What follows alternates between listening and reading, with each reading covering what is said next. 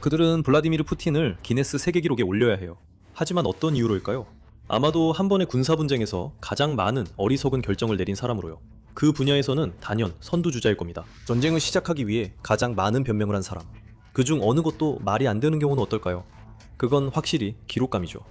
그래도 푸틴을 기념하고 그가 마땅히 받을 평가를 남길 단 하나의 기록을 고르라면 바로 이거일 겁니다. 아무런 실질적인 목적도 없는 미친 전쟁에 가장 많은 러시아 군인들을 희생시킨 사람. 그게 딱 맞는 것 같네요.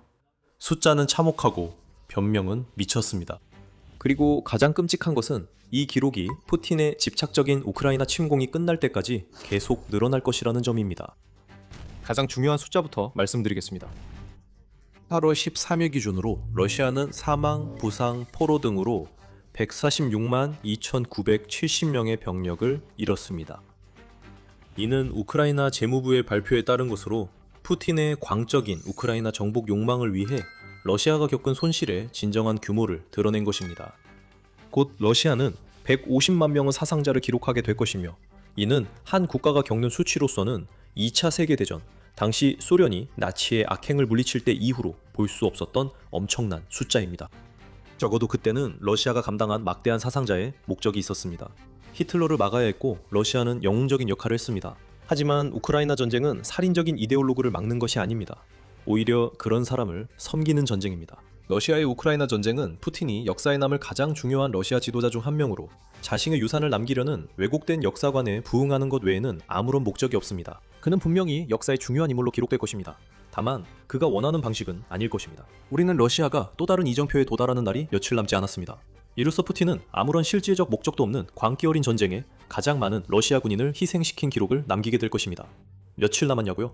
간단한 계산만 해도 답이 나옵니다. 우리가 방금 공유한 8월 13일 기준 수치에 따르면 러시아는 우크라이나와의 전쟁에서 150만 명의 손실까지 3만 7천 명이 남았습니다. 이제 하루 손실 수치를 알아봐야 합니다. 러시아의 7월 수치를 사용해 보겠습니다. 우크라이나군 총참모부에 따르면 러시아는 7월에 4만 2,860명의 사상자를 냈으며 이는 2026년 초 이후 월별로 가장 높은 수치입니다. 10월 은 31일이니까 그 수치를 31로 나누면 하루 평균 약 1,382명의 사상자가 나옵니다.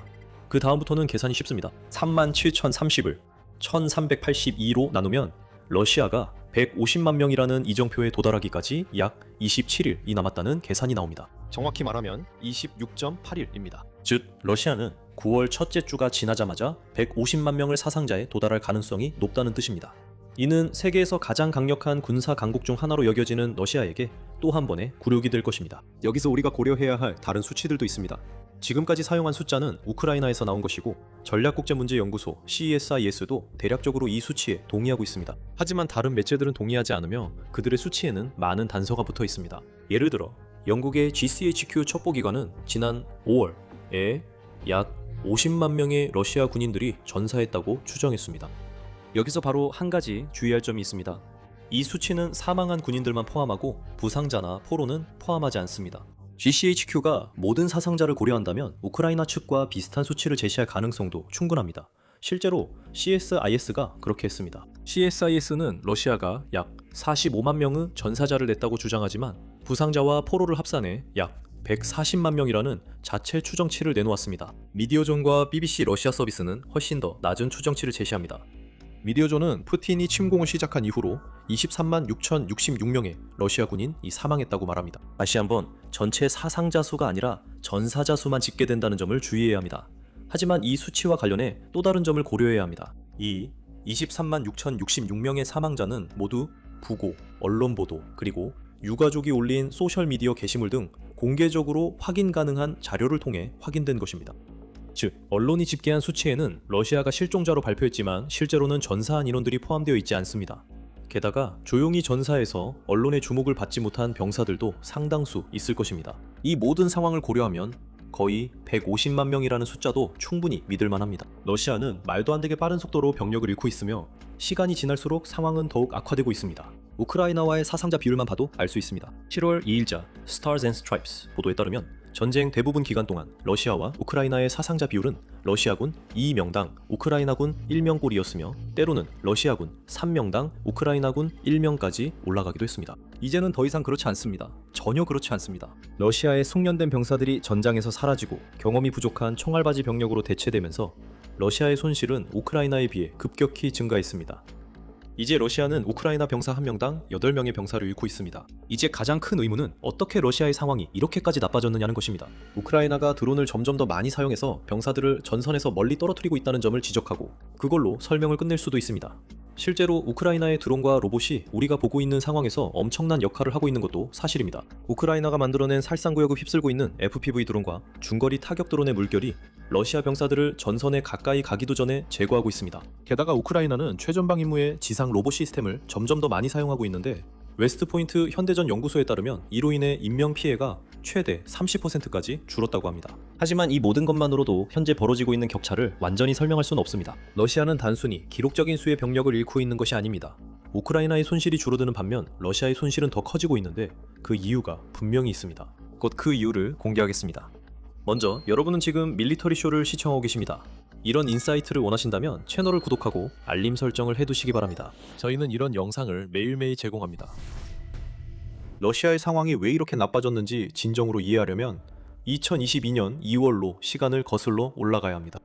푸틴과 그의 측근들은 전 세계에 뻔뻔한 거짓말을 하면서도 앞으로 일어날 일을 오랫동안 계획해왔습니다. 마침내 그날이 찾아왔습니다. 러시아는 곧 침공을 시작하려 했고 며칠 만에 우크라이나의 방어선을 뚫고 키이우에 도달하는 것이 계획이었습니다. 그 계획이 실현되도록 하기 위해 푸틴은 러시아 군대와 바그너 같은 용병 집단의 정예 요원들을 투입하려 했습니다. 2월 24일 이되었습니다. 러시아 군인들이 국경을 넘었습니다. 그리고 며칠 동안 그들은 진격에 성공했습니다. 우크라이나 남부와 동부의 넓은 지역이 점령당했습니다. 러시아는 심지어 키이우 근처의 영토까지 차지하며 우크라이나 수도에서 약 30km까지 접근했습니다. 그러다가 무언가가 변했습니다. 우크라이나 저항군이 조직되었고 그들은 러시아를 밀어내기 시작했습니다. 몇 주 만에 러시아군은 점령했던 영토에서 밀려나기 시작했습니다. 그리고 몇 주가 더 지나자 서방의 지원이 쏟아지기 시작했습니다. 러시아 군인들은 수천 명씩 목숨을 잃었고 전선이 형성되었고 그 뒤 몇 년 동안 그 전선은 푸틴이 바라던 것보다 훨씬 덜 변했습니다. 전쟁 초기 몇 달이 이후에 벌어진 모든 일의 무대를 마련했습니다. 그리고 그 모든 것은 우리가 언급했던 정예 요원들에게 달려 있었습니다. 2022년 2월에 빠른 승리를 노리던 푸틴은 러시아의 최정예 직업군인들을 투입했습니다. 이 경험 많고 실력 있는 러시아 병사들이 전쟁 초반 희생자들 가운데 있었습니다. 그리고 실제 병사 한 명 한 명이 우크라이나의 공격이나 이후 드론에 의해 쓰러질 때마다 러시아는 대체 인력을 급히 찾아야만 했습니다. 얼마 지나지 않아 우크라이나로 보내지는 이들은 더 이상 전문 군인들이 아니었습니다. 푸틴이 돈을 받고 고기 분쇄기 같은 전장에 보내도 상관없다고 생각하는 누구든지 잡아서 보내는 상황이 된 것이죠. 우리는 이런 모습을 2022년 하반기부터 이미 볼 수 있었습니다. 뉴스위크에 따르면 바로 그때부터 러시아의 전사자 비율이 푸틴의 전쟁에서 주로 전문 군인들이 죽던 상황에서 대부분 자원병들이 희생되는 쪽으로 균형이 기울기 시작했습니다. 그것이 러시아가 150만 명의 사상자에 이르게 된 시작이었습니다. 전문 군인들의 손실과 자원병들의 증가, 그리고 끊임없는 희생이 이어졌습니다. 러시아는 여전히 군대 내에서 큰 전문화 문제를 안고 있습니다. 이는 스몰 월스 저널이 4월 21일 기사에서 강조한 바 있습니다. 이 저널에 따르면 전쟁이 시작된 이후 러시아의 훈련된 공수부대원 8,500명이 부상을 입었고 전쟁 초기에 있었던 3만 명의 공수부대원 중 약 절반이 사망하거나 부상을 입었다고 합니다. 같은 매체는 러시아가 우크라이나에서 4년간의 전투 동안 해병대원 2,218명을 잃었다고 전했습니다. 이는 미국이 아프가니스탄에서 20년 동안 잃은 인원수와 거의 비슷한 수치입니다. 그리고 러시아가 처음 우크라이나에 투입한 900명의 스페츠나츠 요원 중 775명이 전사하거나 전투에 복귀할 수 없을 정도로 심각한 부상을 입었습니다. 이것만으로도 충분히 심각한 상황입니다. 하지만 푸틴의 전쟁 방식에 맞추기 위해 러시아는 이런 정예부대를 교체하는 동시에 전쟁터에 있어서는 안 될 사람들로 보병을 보충하고 있습니다. 그들은 우선 범죄자들입니다. 우크라이나가 쉽게 무너지지 않을 것이라는 점이 크렘린에 분명해지자 러시아는 사회에서 가장 악질적인 사람들까지 모집하기 시작했습니다. 여기에는 뒤틀린 논리가 있습니다. 러시아 내에서 살인하거나 사람을 불구로 만들 의지가 있는 사람이라면 우크라이나 군인들에게도 똑같이 할 기회를 조화할 것이고 잠재적인 자유의 기미가 보여도 결코 도망치지 않을 것입니다. 비꼬는 말은 제쳐두고 우크라이나 대외 정보국에 따르면 러시아는 2025년 1월까지 우크라이나 전쟁을 위해 무려 18만 명의 죄수들을 모집한 것으로 알려졌습니다. 그것만으로는 충분하지 않았습니다. 누가 거의 훈련도 받지 않은 범죄자들을 전쟁터에 보내면 성과가 없을 거라고 예상했겠습니까? 러시아는 분명 긍정적으로 생각해서 감옥 모집 전략을 굴락의 공간을 만들 수 있는 방법으로 보고 있습니다. 그게 우리가 생각해낼 수 있는 유일한 설명입니다. 왜냐하면 7월 22일에 러시아가 범죄자 모집 범위를 확대해서 마약 밀매범, 갱단원, 그리고 산적들까지 전쟁에 참여할 수 있도록 허용했기 때문입니다. 여러분도 이미 여기서 주제를 눈치채셨을 겁니다. 거의 훈련받지 않은 죄수는 전문 군인이 아닙니다. 그 죄수는 이미 모집된 수많은 다른 사람들처럼 총알바지일 뿐이며 그들은 거의 필연적으로 러시아가 겪고 있는 사상자 수를 늘릴 뿐입니다. 하지만 지용병들은 어떨까요? 네, 러시아는 푸틴의 희생양으로 쓰기 위해 죄수들만 끌어내는 것이 아닙니다. 러시아의 모든 지역에서 모집 담당자들이 평범한 사람들 앞에 거액의 당근을 내걸고 있습니다. 그 당근은 엄청난 계약 보너스과 러시아 평균보다 몇 배나 높은 임금의 형태로 제공되며 모두 군대의 인생을 맡기도록 유도하는 것입니다. 현재 우크라이나에 있는 러시아 군인들의 대다수는 크렘린의 제안에 유혹을 받았거나 어떤 경우에는 선택의 여지조차 없었던 자원자들입니다. 그리고 자원병들이 러시아군 사상자의 가장 큰 비중을 차지하고 있으며 2022년 하반기부터 계속 그래왔다는 것도 놀라운 일이 아닙니다. 그럼에도 불구하고 그들은 계속 지원합니다. 러시아가 제공하는 금액을 계속 올리고 있기 때문입니다. 키이우 포스트에 따르면 러시아는 계약병들에게 엄청난 돈을 지급할 뿐만 아니라 그 병사들을 모집하는 사람들에게도 최대 22,200달러, 약 2,220만 원을 지급하고 있습니다. 이처럼 크렘린은 우크라이나로 병력을 계속 보내기 위해 필사적입니다.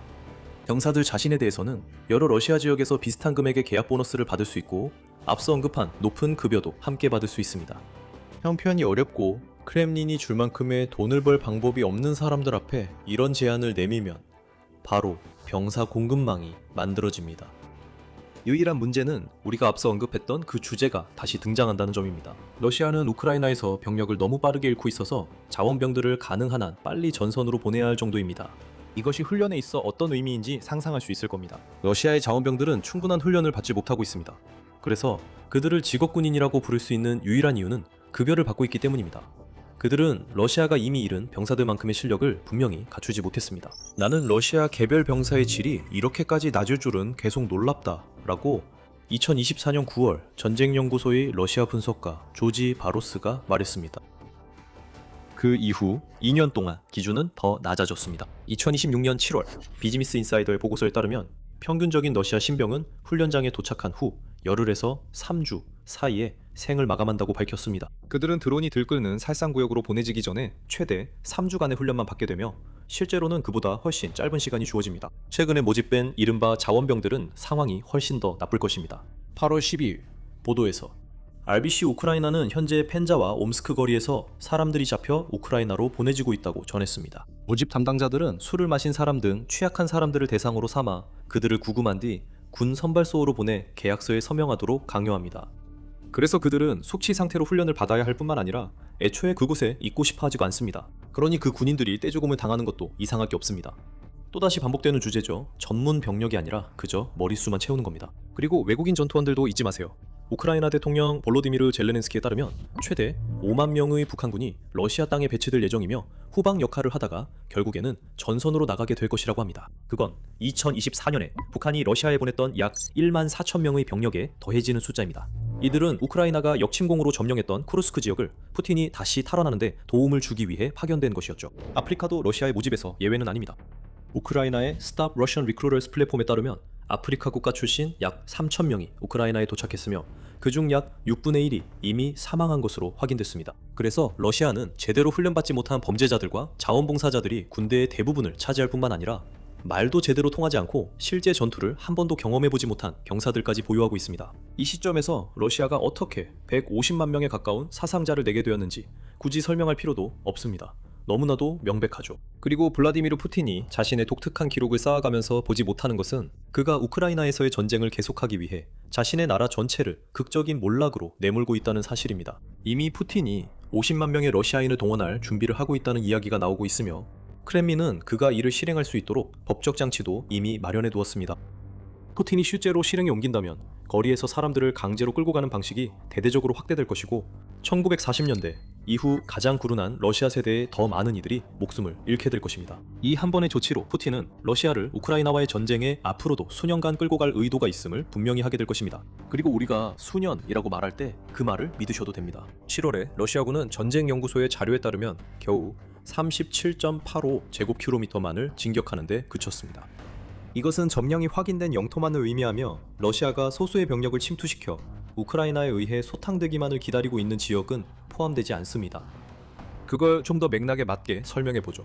우크라이나는 작은 나라가 아닙니다. 우크라이나의 면적은 약 60만 3,550제곱킬로미터이고 이 중 러시아가 크림반도를 포함해 20%를 점령한 상태입니다. 그 20%를 제외하면 러시아가 점령해야 할 우크라이나 영토는 48만 2,840제곱킬로미터가 남습니다.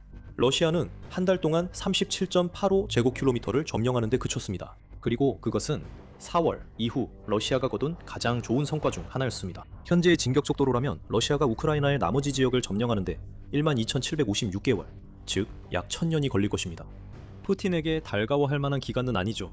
그래서 그가 동원을 추진하려는 것입니다.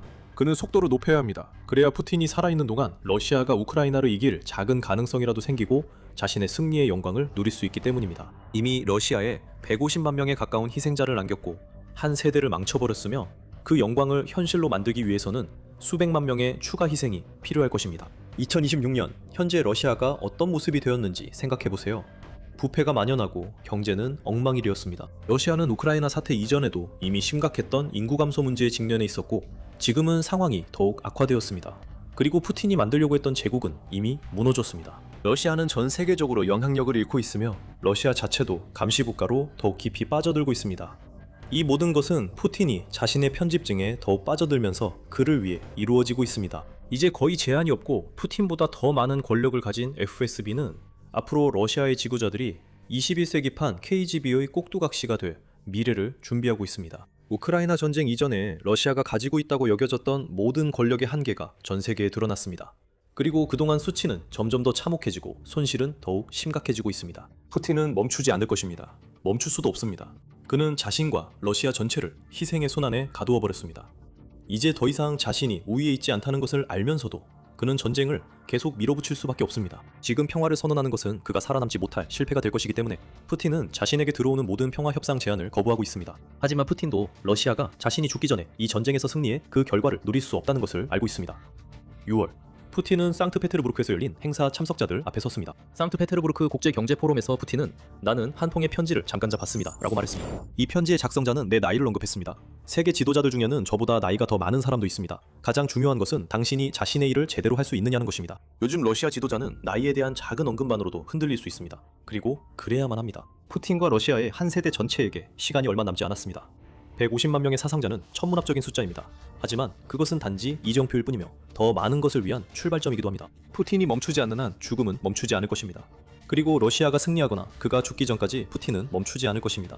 우리는 어디에 돈을 걸지 이미 알고 있습니다. 우리는 이제 러시아의 우크라이나 전쟁이 시작된 지 내년 반이 넘었습니다. 이는 제1차 세계대전보다도 길고 제2차 세계대전에서 소련이 나치 독일과 싸운 기간보다도 깁니다. 그리고 그 소련의 승리와는 달리 이번 전쟁은 현대사에서 가장 큰 실패 중 하나로 기억될 가능성이 높습니다. 특히 이 전쟁에 관련된 두 나라를 생각하면 더욱 그렇습니다. 거의 모든 측정 가능한 기준에서 이 전쟁은 크렘린이 자국민에게 약속했던 방향으로 진행되고 있지 않습니다. 우리는 실제 수치들을 살펴볼 것입니다. 이 수치들은 우크라이나, 러시아, 그리고 독립적인 서방 자료에서 가져온 것들입니다. 그리고 이 침공을 시작한 나라에 얼마나 불리하게 돌아갔는지 보여드리겠습니다. 이 전쟁에서 누가 지상에서 이기고 있는지에 대한 모든 논쟁을 끝낼 수 있는 숫자부터 시작해봅시다. 바로 영토입니다. 2022년 11월 우크라이나가 하르키우와 헤르손에서 반격을 펼쳐 러시아가 점령했던 영토의 절반 이상을 이미 되찾은 이유였습니다. 침공 초기 몇 달 동안 러시아군은 우크라이나의 약 10만 8,600 제곱킬로미터를 장악하고 있었습니다.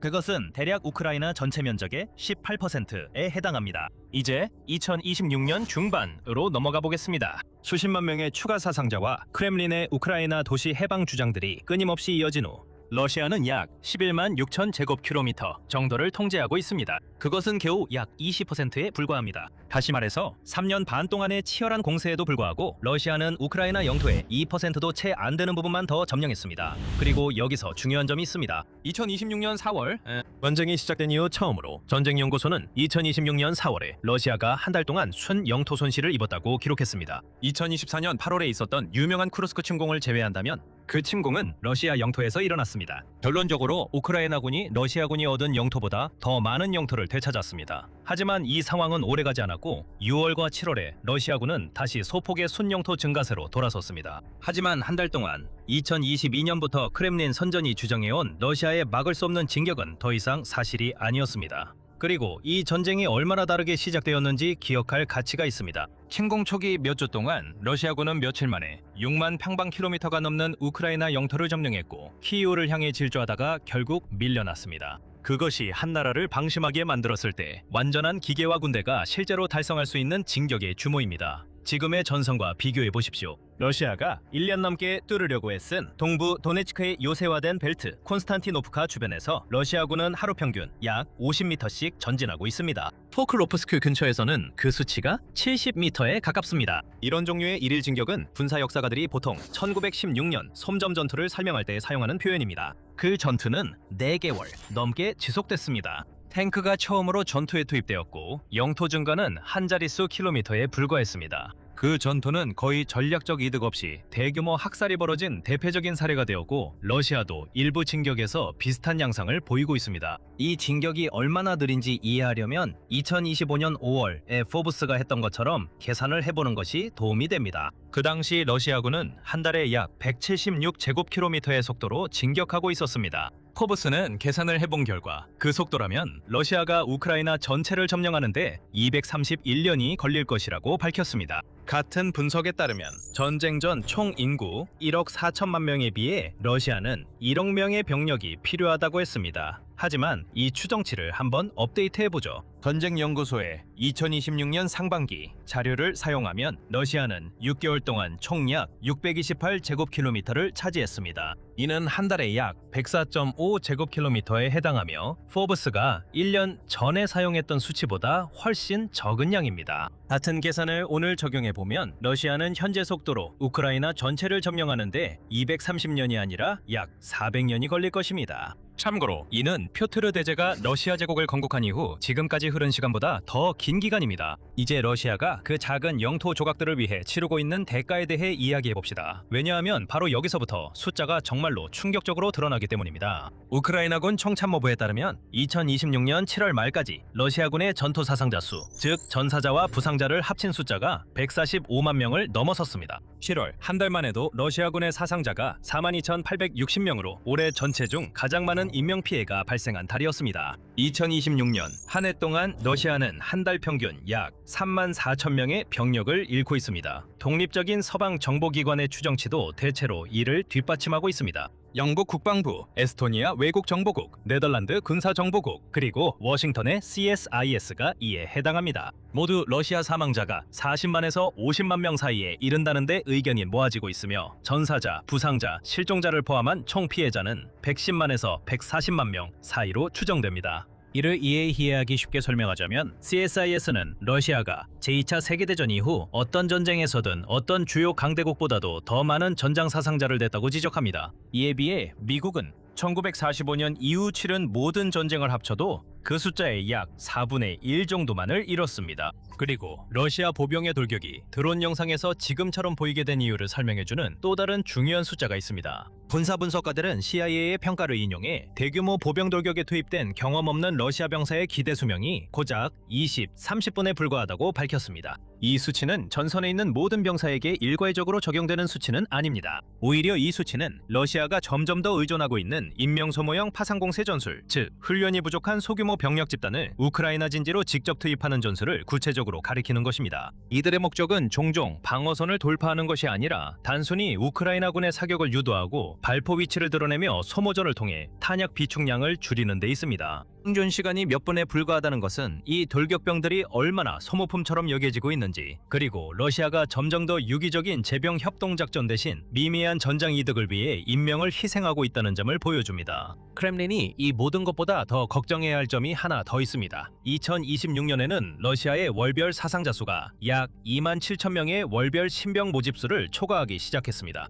그래서 러시아는 기록적인 입대 보너스를 제공하더라도 병력을 보충하는 속도보다 더 빠르게 인력을 잃고 있습니다. 그리고 사상자 비율은 역사적으로 우크라이나군 1명당 러시아군 2~3명이 손실되는 비율이었습니다. 2026년 상반기에는 우크라이나에 유리하게 최대 8대 1까지 벌어진 것으로 전해졌습니다. CSIS에 따르면 그렇습니다. 참고로 우크라이나는 젤렌스키 대통령이 2026년 7월에 밝힌 수치에 따르면 약 5만 명의 군인이 전사하고 약 40만 명이 부상당한 것으로 추정됩니다. 그렇다면 러시아가 실질적인 영토를 얻지 못하고 병력 손실도 감당할 수 없을 정도로 크다면 도대체 무엇이 이런 성과 하락을 초래하고 있는 걸까요? 예상하셨겠지만 그 답은 바로 드론입니다. 우크라이나는 지난 몇 년 동안 2026년 기준으로 세계에서 가장 큰 드론 제조 산업을 구축해왔습니다. 2026년 7월 블라디미르 젤렌스키 대통령은 우크라이나가 연간 1,000만 대의 드론을 생산한다고 발표했습니다. 이는 2023년에 국내외에서 광범위한 회의론 속에 발표된 100만 대의 드론 목표에서 크게 증가한 수치입니다. 젤렌스키 대통령은 이 수치를 다시 2배로 늘려 연간 2천만 대로 만들겠다고 약속했으며 유럽 파트너들도 확장 자금 지원에 동참하고 있습니다. 이국 외교협회와 같은 단체들의 독립적인 추정치는 더 보수적이며 실제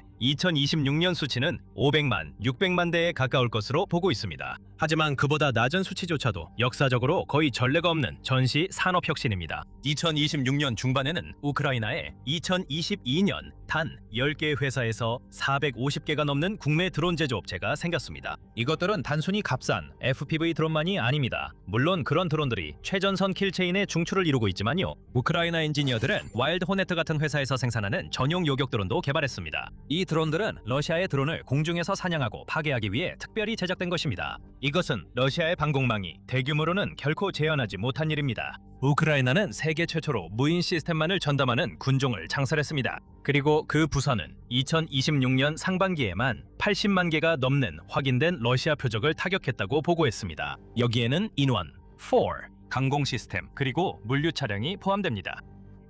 우크라이나 국방부는 또한 무인 시스템 운영이 그 기간 동안 약 16만 7천 명의 러시아군이 사망하거나 중상을 입는 데 기여했다고 밝혔습니다.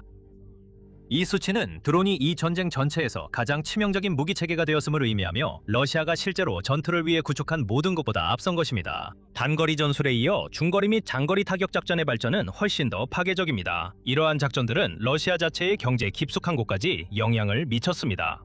2026년 한 번의 공격에서 우크라이나 드론이 와일드베리즈에 속한 2개의 주요 물류센터를 타격했습니다. 와일드베리즈는 때때로 러시아판 아마존이라고 불리는데 이 공격으로 회사 유통망망의 핵심 부분이 잿더미로 변했습니다. 우크라이나는 쿠프냐 석유 시설도 타격했습니다. 이 시설은 크렘린에서 불과 10마일 떨어진 곳에 위치해 있습니다. 그리고 우크라이나 영토에서 2,500km 이상 떨어진 옴스크에 위치한 러시아 최대의 단일 정유 시설에도 도달했습니다. 바다에서는 우크라이나는 2026년 중순 단 9일 동안 아조프해에서 100척이 넘는 러시아 선박을 타격했다고 보고했습니다. 이는 크림반도를 도로뿐만 아니라 해상 보급로로부터도 차단하기 위한 의도적인 작전의 일환입니다. 이 모든 것은 우크라이나의 드론 산업 없이는 불가능합니다. 하지만 2026년에 우크라이나 드론이 가장 중대한 역할을 한 곳은 전선에서 1000km 이상 떨어진 러시아 내부였습니다. 2026년 중반까지 우크라이나는 러시아의 10대 대형 정유소 모두를 타격했습니다. 이 작전 기간 동안 러시아 정제 능력의 약 42%를 차지하는 시설들이 일시적으로 마비되었습니다. 6월에는 우크라이나 드론이 한 달 동안 11개의 정유소와 8개의 방위산업 시설을 타격했습니다. 국제에너지기구 IEA는 이 작전으로 하루 약 50만 배럴의 러시아 원유 정제 능력이 중단된 것으로 추정했습니다. 이는 하루 660만 배럴로 추정되는 전체 정제 능력에 비해 약 8%의 직접적인 손실을 의미합니다. IEA는 원래 이 혼란이 최소 2026년 중반까지 지속될 것으로 예상했지만 그 회복 시점은 이후로 더 늦춰졌습니다. 2026년 7월까지 노바야 가제타 유럽은 전국 83개 지역 중 5개 지역을 제외한 모든 지역에서 연료 부족이 발생했다고 보도했습니다. 이 캠페인이 가장 큰 타격을 준 곳은 2014년에 러시아가 합병한 크림반도로 러시아는 이곳을 이번 전쟁의 가장 소중한 자산으로 여겨왔습니다. 하지만 다음 내용을 자세히 다루기 전에 최전선의 모든 뉴스와 통계를 받아보시려면 밀리터리 쇼를 구독해주세요. 다시 크림반도로 돌아가겠습니다.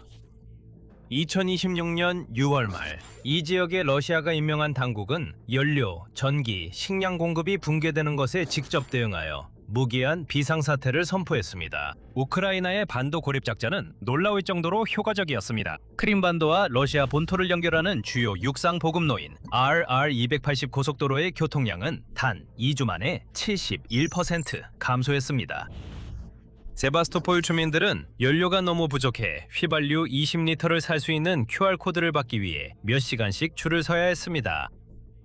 현지 보도에 따르면 휘발유가 구할 수 있을 때는 평소 가격의 3-4배에 판매되고 있다고 합니다. 이 모든 상황이 러시아 대통령 블라디미르 푸틴이 항상 가장 두려워했던 그 한 가지 선택지를 꺼내도록 압박하고 있습니다. 동원령입니다. 러시아는 2022년 9월의 혼란스럽고 극도로 비인기였던 동원령 이후로 두 번째 공식적이고 공개적인 동원령을 피해왔습니다. 이로 인해 대규모 시위가 촉발됐고 수십만 명의 러시아 남성들이 거의 하룻밤 사이에 나라를 떠나게 됐습니다. 대신 크렘린은 사실상 조용하고 비공식적인 그림자 동원에서 금전적 인센티브와 점점 더 커지는 계약 보너스에 의존해왔으며 저항할 법적, 경제적 힘이 가장 적은 남성들을 표적으로 삼았습니다. 하지만 균열이 드러나고 있습니다. 우크라이나 정보기관과 독립 러시아 매체들은 2026년 1월에 이미 펜자조와 같은 지역에서 군복무 연령 남성들을 거리에서 무차별적으로 붙잡는 사례를 기록했습니다. 모스크바 자체의 모집 규모는 전년도에 비해 3분의 1 정도 감소한 것으로 전해집니다. 젤렌스키는 러시아가 2026년 7월 말 공식적인 동원 확대를 위한 여건을 조성하고 있다고 공개적으로 밝혔습니다.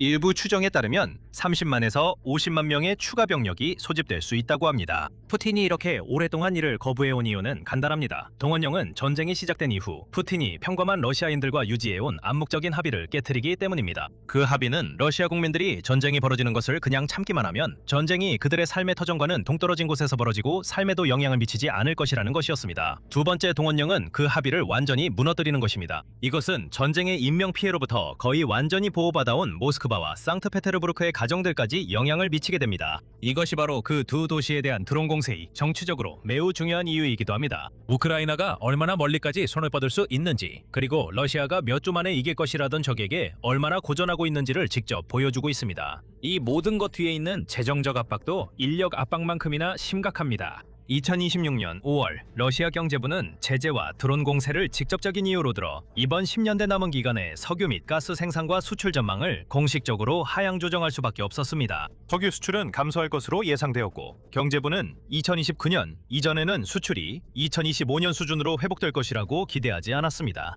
그리고 러시아의 입장을 더욱 취약하게 만드는 한 가지가 있습니다. 러시아 부총리 알렉산드르 노박은 2026년 우랄산 원유 가격을 배럴당 겨우 59달러로 책정했습니다. 그리고 이는 전 세계 유가가 여러 차례 배럴당 100달러를 넘어서 급등했음에도 불구하고 그렇습니다. 미국, 이스라엘, 이란 간의 전쟁으로 인해 호르무즈 해협이 봉쇄되었기 때문입니다. 러시아는 인위적으로 부풀려진 세계 시장에서도 자국의 석유를 큰 폭의 할인 가격에 판매하고 있습니다. 그리고 러시아 자체 전망에 따르면 그 가격은 2027년부터 2029년까지 배럴당 약 50달러로 더 떨어질 것으로 예상하고 있습니다. 그게 실제로 무엇을 의미하는지 생각해보세요. 현재 높아진 세계 유가는 전적으로 중동의 불안정성 때문이지 러시아가 한 일 때문이 아닙니다. 그것이 바로 인도와 중국처럼 가격에 민감한 구매자들에 대해 모스크바가 남아있는 영향력을 행사할 수 있는 거의 유일한 요인 중 하나입니다. 이 두 나라는 유럽이 러시아와의 거래를 끊은 이후 러시아의 에너지 수출을 사실상 유지시켜주고 있습니다. 만약 호르무즈 해협 상황이 안정되고 그 지정학적 프리미엄이 사라진다면 러시아는 현재 받고 있는 할인된 가격조차 요구할 수 있는 능력을 사실상 잃게 되고 남아있는 두 주요 고객은 협상력에서 훨씬 더 큰 우위를 얻게 됩니다. 하지만 실제 전쟁 이야기로 다시 돌아가 봅시다. 지난 4년 동안 러시아는 여전히 하나의 비장의 카드를 가지고 있었는데 그것은 우크라이나가 요격할 수 없는 탄도미사일로 우크라이나 도시들을 공포에 떨게 하는 능력이었습니다. 이것은 우크라이나가 패트리엇 요격 미사일이 심각하게 부족해지면서 상대방에게는 더욱 어려워졌습니다. 이 부족 현상은 미국과 이란의 갈등이 동시에 벌어지면서 전 세계 재고가 고갈되어 더욱 악화되었습니다. 상황이 너무 심각해져서 도널드 트럼프 대통령은 젤렌스키에게 우크라이나가 자국 내에서 자체적으로 패트리엇 요격 미사일을 생산할 수 있는 허가를 내주겠다고 말했습니다. 불과 일주일 후 트럼프는 실제로 그 약속을 이행할지에 대해 공개적으로 의문을 표하며 미국의 민감한 미사일 방어 기술 이전에 대한 우려를 언급했습니다. 이는 드론이 난무하는 분쟁에서 패트리엇 미사일이 여전히 얼마나 중요한지 보여줍니다. 하지만 그 모든 상황 속에서도 러시아는 그 이점을 제대로 활용하지 못했습니다. 오히려 우크라이나가 전장에서의 진전을 이루고 더 새롭고 치명적인 기술을 개발하는 데 있어 계속해서 한계를 뛰어넘는 모습을 보여주고 있습니다. 이는 러시아 내부에서 이념과 정치에 변화가 일어나고 있기 때문이라고 설명할 수 있습니다. 2026년 7월 안드레이 멜니첸코, 러시아의 비료 및 석탄 재벌이자 러시아에서 가장 부유한 산업가 중 한 명인 그는 이코노미스트와의 60시간에 걸친 특별한 인터뷰에서 수년간의 공개 침묵을 깼습니다. 멜니첸코는 반체제 인사입니다. 그는 자신의 공장들이 러시아의 전쟁 경제를 직접적으로 지원해온 인물이며 2023년에 러시아 내로 다시 돌아와 살게 됐습니다. 이는 제재로 인해 해외에서 사업을 하는 것이 너무 어려워졌기 때문입니다. 그리고 전체 인터뷰는 러시아 국민들에게 보내는 경고로 요약될 수 있습니다. 그에 따르면 러시아 엘리트들은 점점 더 전쟁이 막다른 길에 다다랐다고 보고 있으며 전쟁의 경제적 비용이 끝이 보이지 않게 계속 증가함에 따라 진짜 불안감이 모스크바 전역에 퍼지고 있다고 합니다. 일부 분석가들은 회의적이었는데 이렇게 신중하게 연출되고 널리 홍보된 인터뷰가 크렘린의 묵인 없이는 결코 일어날 수 없었을 것이라고 주장했습니다. 그런 의미에서 이것은 공개적 반란이나 국가가 처한 경제적 파탄으로 흐르지 않도록 정교하게 설계된 선전을 유도하는 통제된 안전판 역할을 할 것이라고 볼 수 있습니다. 하지만 해석은 동일한 근본적인 현실을 가리킵니다. 전쟁은 이제 너무나 비용이 많이 들고 불편해져서 푸틴의 러시아에 봉사하며 불을 쌓은 사람들조차도 이에 대해 공개적으로 무언가를 말할 필요를 느끼게 되었습니다. 그렇다면 이 모든 상황이 실제로 전쟁을 어디로 이끌고 있는 걸까요? 러시아는 그 어느 때보다 느린 속도로 영토를 점령하고 있으며 전쟁이 시작된 이후 처음으로 어떤 달에는 거의 제자리 걸음을 하고 있습니다. 또한 러시아는 대체 병력을 모집하는 속도보다 더 빠르게 병사들을 잃고 있습니다. 이 손실 속도는 2026년을 전쟁에서 단연코 최악의 해로 만들었습니다. 매달 사상자 기록이 세워지고 또 깨지기를 반복하고 있습니다. 전쟁 전체의 재정적 기반이었던 석유와 가스 수익은 러시아 정부 스스로 하향 조정했으며 실제로 러시아가 이룬 것과는 아무런 관련이 없는 중동의 인위적인 가격 급등에 의해서만 지탱되고 있습니다. 이런 점들이 러시아가 곧 붕괴할 것임을 의미하지는 않으며 전쟁이 곧 끝날 것임을 의미하지도 않습니다. 푸틴은 이전에도 이보다 더 심한 정치적 압박을 견뎌낸 적이 있습니다. 공지에 몰린 블라디미르 푸틴이 전선에서 진정한 위기에 직면하게 된다면 오히려 더 위험해질 수 있습니다. 푸틴은 러시아의 생존이 위협받을 경우 핵이라는 해법까지 거론해왔다고 여러 차례 언급해왔기 때문입니다. 우크라이나와 국내에서 연이어 재앙을 겪으면서 블라디미르 푸틴은 점점 두려움을 느끼고 있습니다. 편집증에 시달리고 있습니다. 그는 모든 그림자에서 위협을 보고 벙커 밖으로 머리를 내밀 때마다 드론이 있다고 느끼며 언제든지 자신의 등에 꽂힐 칼이 기다리고 있다고 생각합니다. 이 두려움 때문에 블라디미르 푸틴은 무엇보다도 자신의 생존을 보장하기 위해 점점 더 절박한 조치를 취하고 있습니다. 그리고 그 절박함은 블라디미르 푸틴이 상상하지 못했던 방식으로 러시아에 대한 그의 통제력을 잃게 만들 수도 있습니다. 러시아에서 뭔가 어두운 일이 벌어지고 있습니다. 블라디미르 푸틴은 자신의 두려움을 잠재우기 위해 러시아의 FSB를 새로운 버전의 KGB로 변화시키고 있습니다. 하지만 그것은 매우 위험한 조치입니다. FSB가 더 많은 권력을 가질수록 블라디미르 푸틴은 러시아에 대한 통제력을 잃게 됩니다. 곧 FSB가 모든 것을 장악하게 될 것입니다. 블라디미르 푸틴은 자신의 몰락을 스스로 준비하고 있지만 그는 그것이 일어나고 있다는 사실조차 깨닫지 못하고 있습니다. 8월 7일 폭로성 보도에서 블룸버그는 블라디미르 푸틴이 러시아 영방보안국, 즉 FSB의 권한을 대대적으로 확대하기 시작했다고 밝혔습니다. 이 단체가 블라디미르 푸틴이 이제 두려워하는 엘리트들을 탄압할 수 있도록 허용한 것입니다. 그는 이 엘리트들이 자신을 노리고 있을지도 모른다고 생각하고 있습니다. 권력을 유지하기 위해 필사적인 블라디미르 푸틴은 FSB의 비판자들을 제거하고 러시아 내에서 아무도 자신에게 도전하지 못하도록 하라고 지시했습니다. 모스크바 기반의 정치 분석가 안드레이 콜레스니코프가 블룸버그에 말하길 FSB는 이제 사실상 나라를 운영하는 조직가 되었다고 합니다. 정치, 행정부, 외무부, 그리고 재정, 경제부문은 이제 비밀정보기관의 편향된 결정에 따라 움직이는 단순한 실무진으로 전락했습니다. 다시 말해 FSB가 현재 러시아에서 중요한 모든 것을 장악하고 있으며 푸틴은 자신을 진실로부터 보호하기 위해 다른 조직들과 그 안에서 일하는 엘리트들의 권력을 약화시키고 있습니다. 푸틴은 자신의 엘리트들을 두려워합니다. 한때 푸틴에게 복종했던 사람들은 푸틴이 우크라이나를 상대로 전쟁을 시작하면서 만들어낸 시스템들이 그 영향에 제대로 대응하지 못하는 것에 점점 더 불안해하고 있습니다. 푸틴이 전쟁을 처리하는 방식에 대한 반발이 커지면서 늘어나는 도전들이 비판을 더욱 증폭시키고 있습니다. 전쟁이 러시아 경제에 미친 영향과 우크라이나 드론이 러시아 전역을 타격하고 있다는 사실, 이로 인해 침공이 다시 러시아의 문턱까지 돌아오게 만들고 있습니다.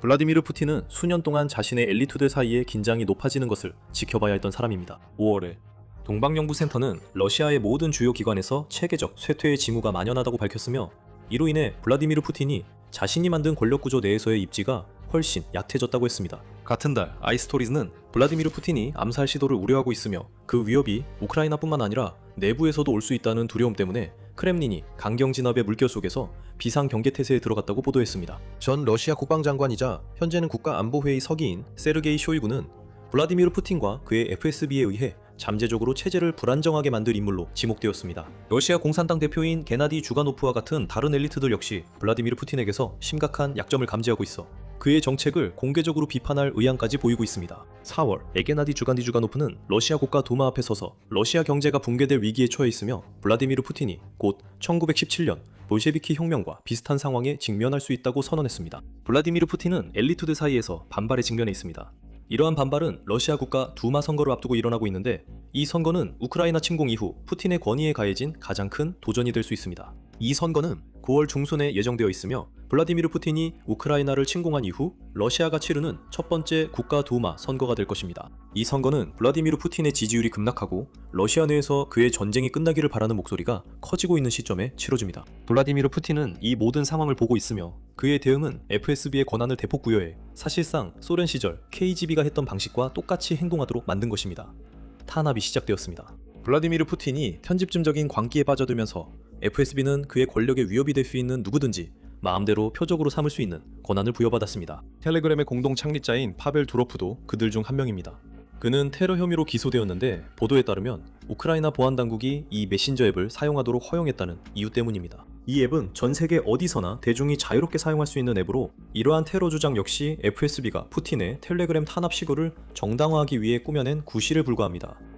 드로프가 기소된 진짜 이유는 FSB의 텔레그램의 백도어를 제공해 플랫폼에서 주고받는 모든 메시지에 무제한 접근할 수 있도록 허용하지 않았기 때문일 가능성이 더 높아 보입니다. 보리스 나제진도 FSB의 무차별적인 탄압의 또 다른 희생자입니다.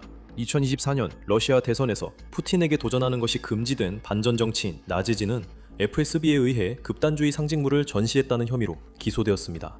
왜일까요? 하지만 그는 푸틴에게 맞서 출마하려 했던 고 알렉세이 나발리의 사진을 감히 공개했습니다. 나발리 역시 푸틴이 모든 형태의 반대 세력을 파괴하려는 욕망의 희생자였습니다. 나제진은 외국 대리인으로 지정된 후 FSB를 피하기 위해 러시아를 탈출해 현재 프랑스에서 망명 중입니다. 다른 탄압 사례로는 8월 7일 모스크바 금융지구에서 무허가 암호화폐 거래 네트워크 9곳을 대상으로 한 1년의 급습이 있습니다. 20명 이상이 구금되었습니다. 그리고 FSB는 이 거래소들이 전화 사기를 통해 러시아 시민들로부터 훔친 돈을 세탁하고 이를 암호화폐로 전환한 뒤 해외로 송금했다고 비난했습니다. 이상하게도 구금된 사람들 중 몇몇은 카메라 앞에서 자신들이 실제로 FSB나 러시아의 금융 감시기관인 로스핀 모니터링을 위해 일하고 있다고 믿었다고 주장했습니다. 그 주장들이 진짜였는지 아니면 러시아 당국자를 사칭한 사기꾼들에 의한 결과였는지는 여전히 불분명합니다. 하지만 이번 급습은 보안 기관들이 러시아의 정치와 경제 생활에 얼마나 깊숙이 개입하고 있는지를 보여주는 또 다른 사례입니다. 그리고 그 커져가는 권력은 푸틴의 가장 가까운 동맹들조차도 문제를 겪게 만들고 있습니다. 세르게이 키리엔코를 예로 들어보겠습니다. 키리엔코는 러시아 역사상 최연소 총리였으며 거의 10년 동안 대통령 행정부의 제1차장으로 일해왔습니다. 그는 푸틴에 가장 가까우면서도 영향력 있는 측근 중 한 명으로 널리 알려져 있으며 크렘린의 국내 정치 체계를 설계한 주요 인물 중 한 명입니다. 하지만 키리엔코조차도 점점 자신을 둘러싼 보안기구를 통제하지 못하는 모습이 보이고 있습니다. 아이스토리즈의 보도에 따르면 러시아 보안당국은 점점 더 자율적으로 행동하고 있으며 때로는 키리엔코의 정치 네트워크와 연관된 관리들을 키리엔코에게 미리 알리지도 않은 채 체포하기도 합니다. 키리엔코의 측근들 역시 표적이 되었습니다. 2024년 FSB는 키리엔코가 의장을 맡고 있는 세계 청년 페스티벌국에서 보안 부국장으로 일하던 미하일 폴랴코프를 체포했습니다. 나제진도 또 다른 예입니다. 러시아에서 쫓겨나기 전 나제지는 90년대에 키리엔코의 고문으로 일한 적이 있습니다. 이것만으로 그를 21세기 키리엔코의 동맹이라고 부르기는 부족할 수 있지만 분명히 연결고리가 있고, 그 정도면 푸틴이 FSB의 사냥개들을 키리엔코에게 풀기에 충분할 수 있습니다. 이 갈등은 개별적인 체포보다 더 깊은 곳에 뿌리를 두고 있습니다. 크렘린과 러시아 보안기관에 가까운 소식통들은 키리엔코의 정치 세력과 FSB를 포함한 실로비키 사이에서 격화되는 갈등이 벌어지고 있다고 전했습니다. 한 크렘린 내부자는 예전의 경계가 사라지고 점점 아무도, 심지어 강력한 인맥을 가진 사람조차도 보호를 보장받지 못하는 체계가 되고 있다고 설명했습니다. 이것이 바로 새로운 버전의 KGB에서 권력이 통제되지 않고 난무하는 모습입니다. FSB는 러시아의 모든 것의 중심에 있으며 블라디미르 푸틴은 그것을 가능하게 만든 인물입니다. 우리가 보고 있는 것은 블라디미르 푸틴이 정권을 유지하기 위해 점점 더 보안기관 내 강경파들에게 의존하고 있다는 점입니다. 외부 관찰자에게는 그것이 블라디미르 푸틴다운 일처럼 들릴 수 있지만 그 의존의 규모가 변하고 있습니다. 블라디미르 푸틴이 25년이 넘는 기간 동안 권위주의 국가를 통치해왔음에도 불구하고 블라디미르 푸틴은 전통적으로 러시아 엘리트 내의 경쟁 세력들 사이에서 균형을 유지하려고 노력해왔습니다. 보안기관, 기술 관료, 그리고 올리가리들의 이해관계, 그리고 대통령 행정부, 키리엔코 자신도 그 체제의 핵심 관리자 중 한 명이 되었습니다. 이제 그 균형이 무너지기 시작하고 있습니다. 하지만 2026년의 푸틴은 2016년의 푸틴이 아닙니다. 보안기관들이 더 큰 자율성을 갖게 되면서 한때 푸틴과 가까웠기 때문에 보호받는 것처럼 보였던 인물들도 정치적 후견이 예전만큼 힘을 발휘하지 못한다는 사실을 깨닫고 있습니다. 그리고 키리엔코가 실로비키와 벌이고 있는 갈등은 가장 명확한 사례 중 하나를 보여줍니다.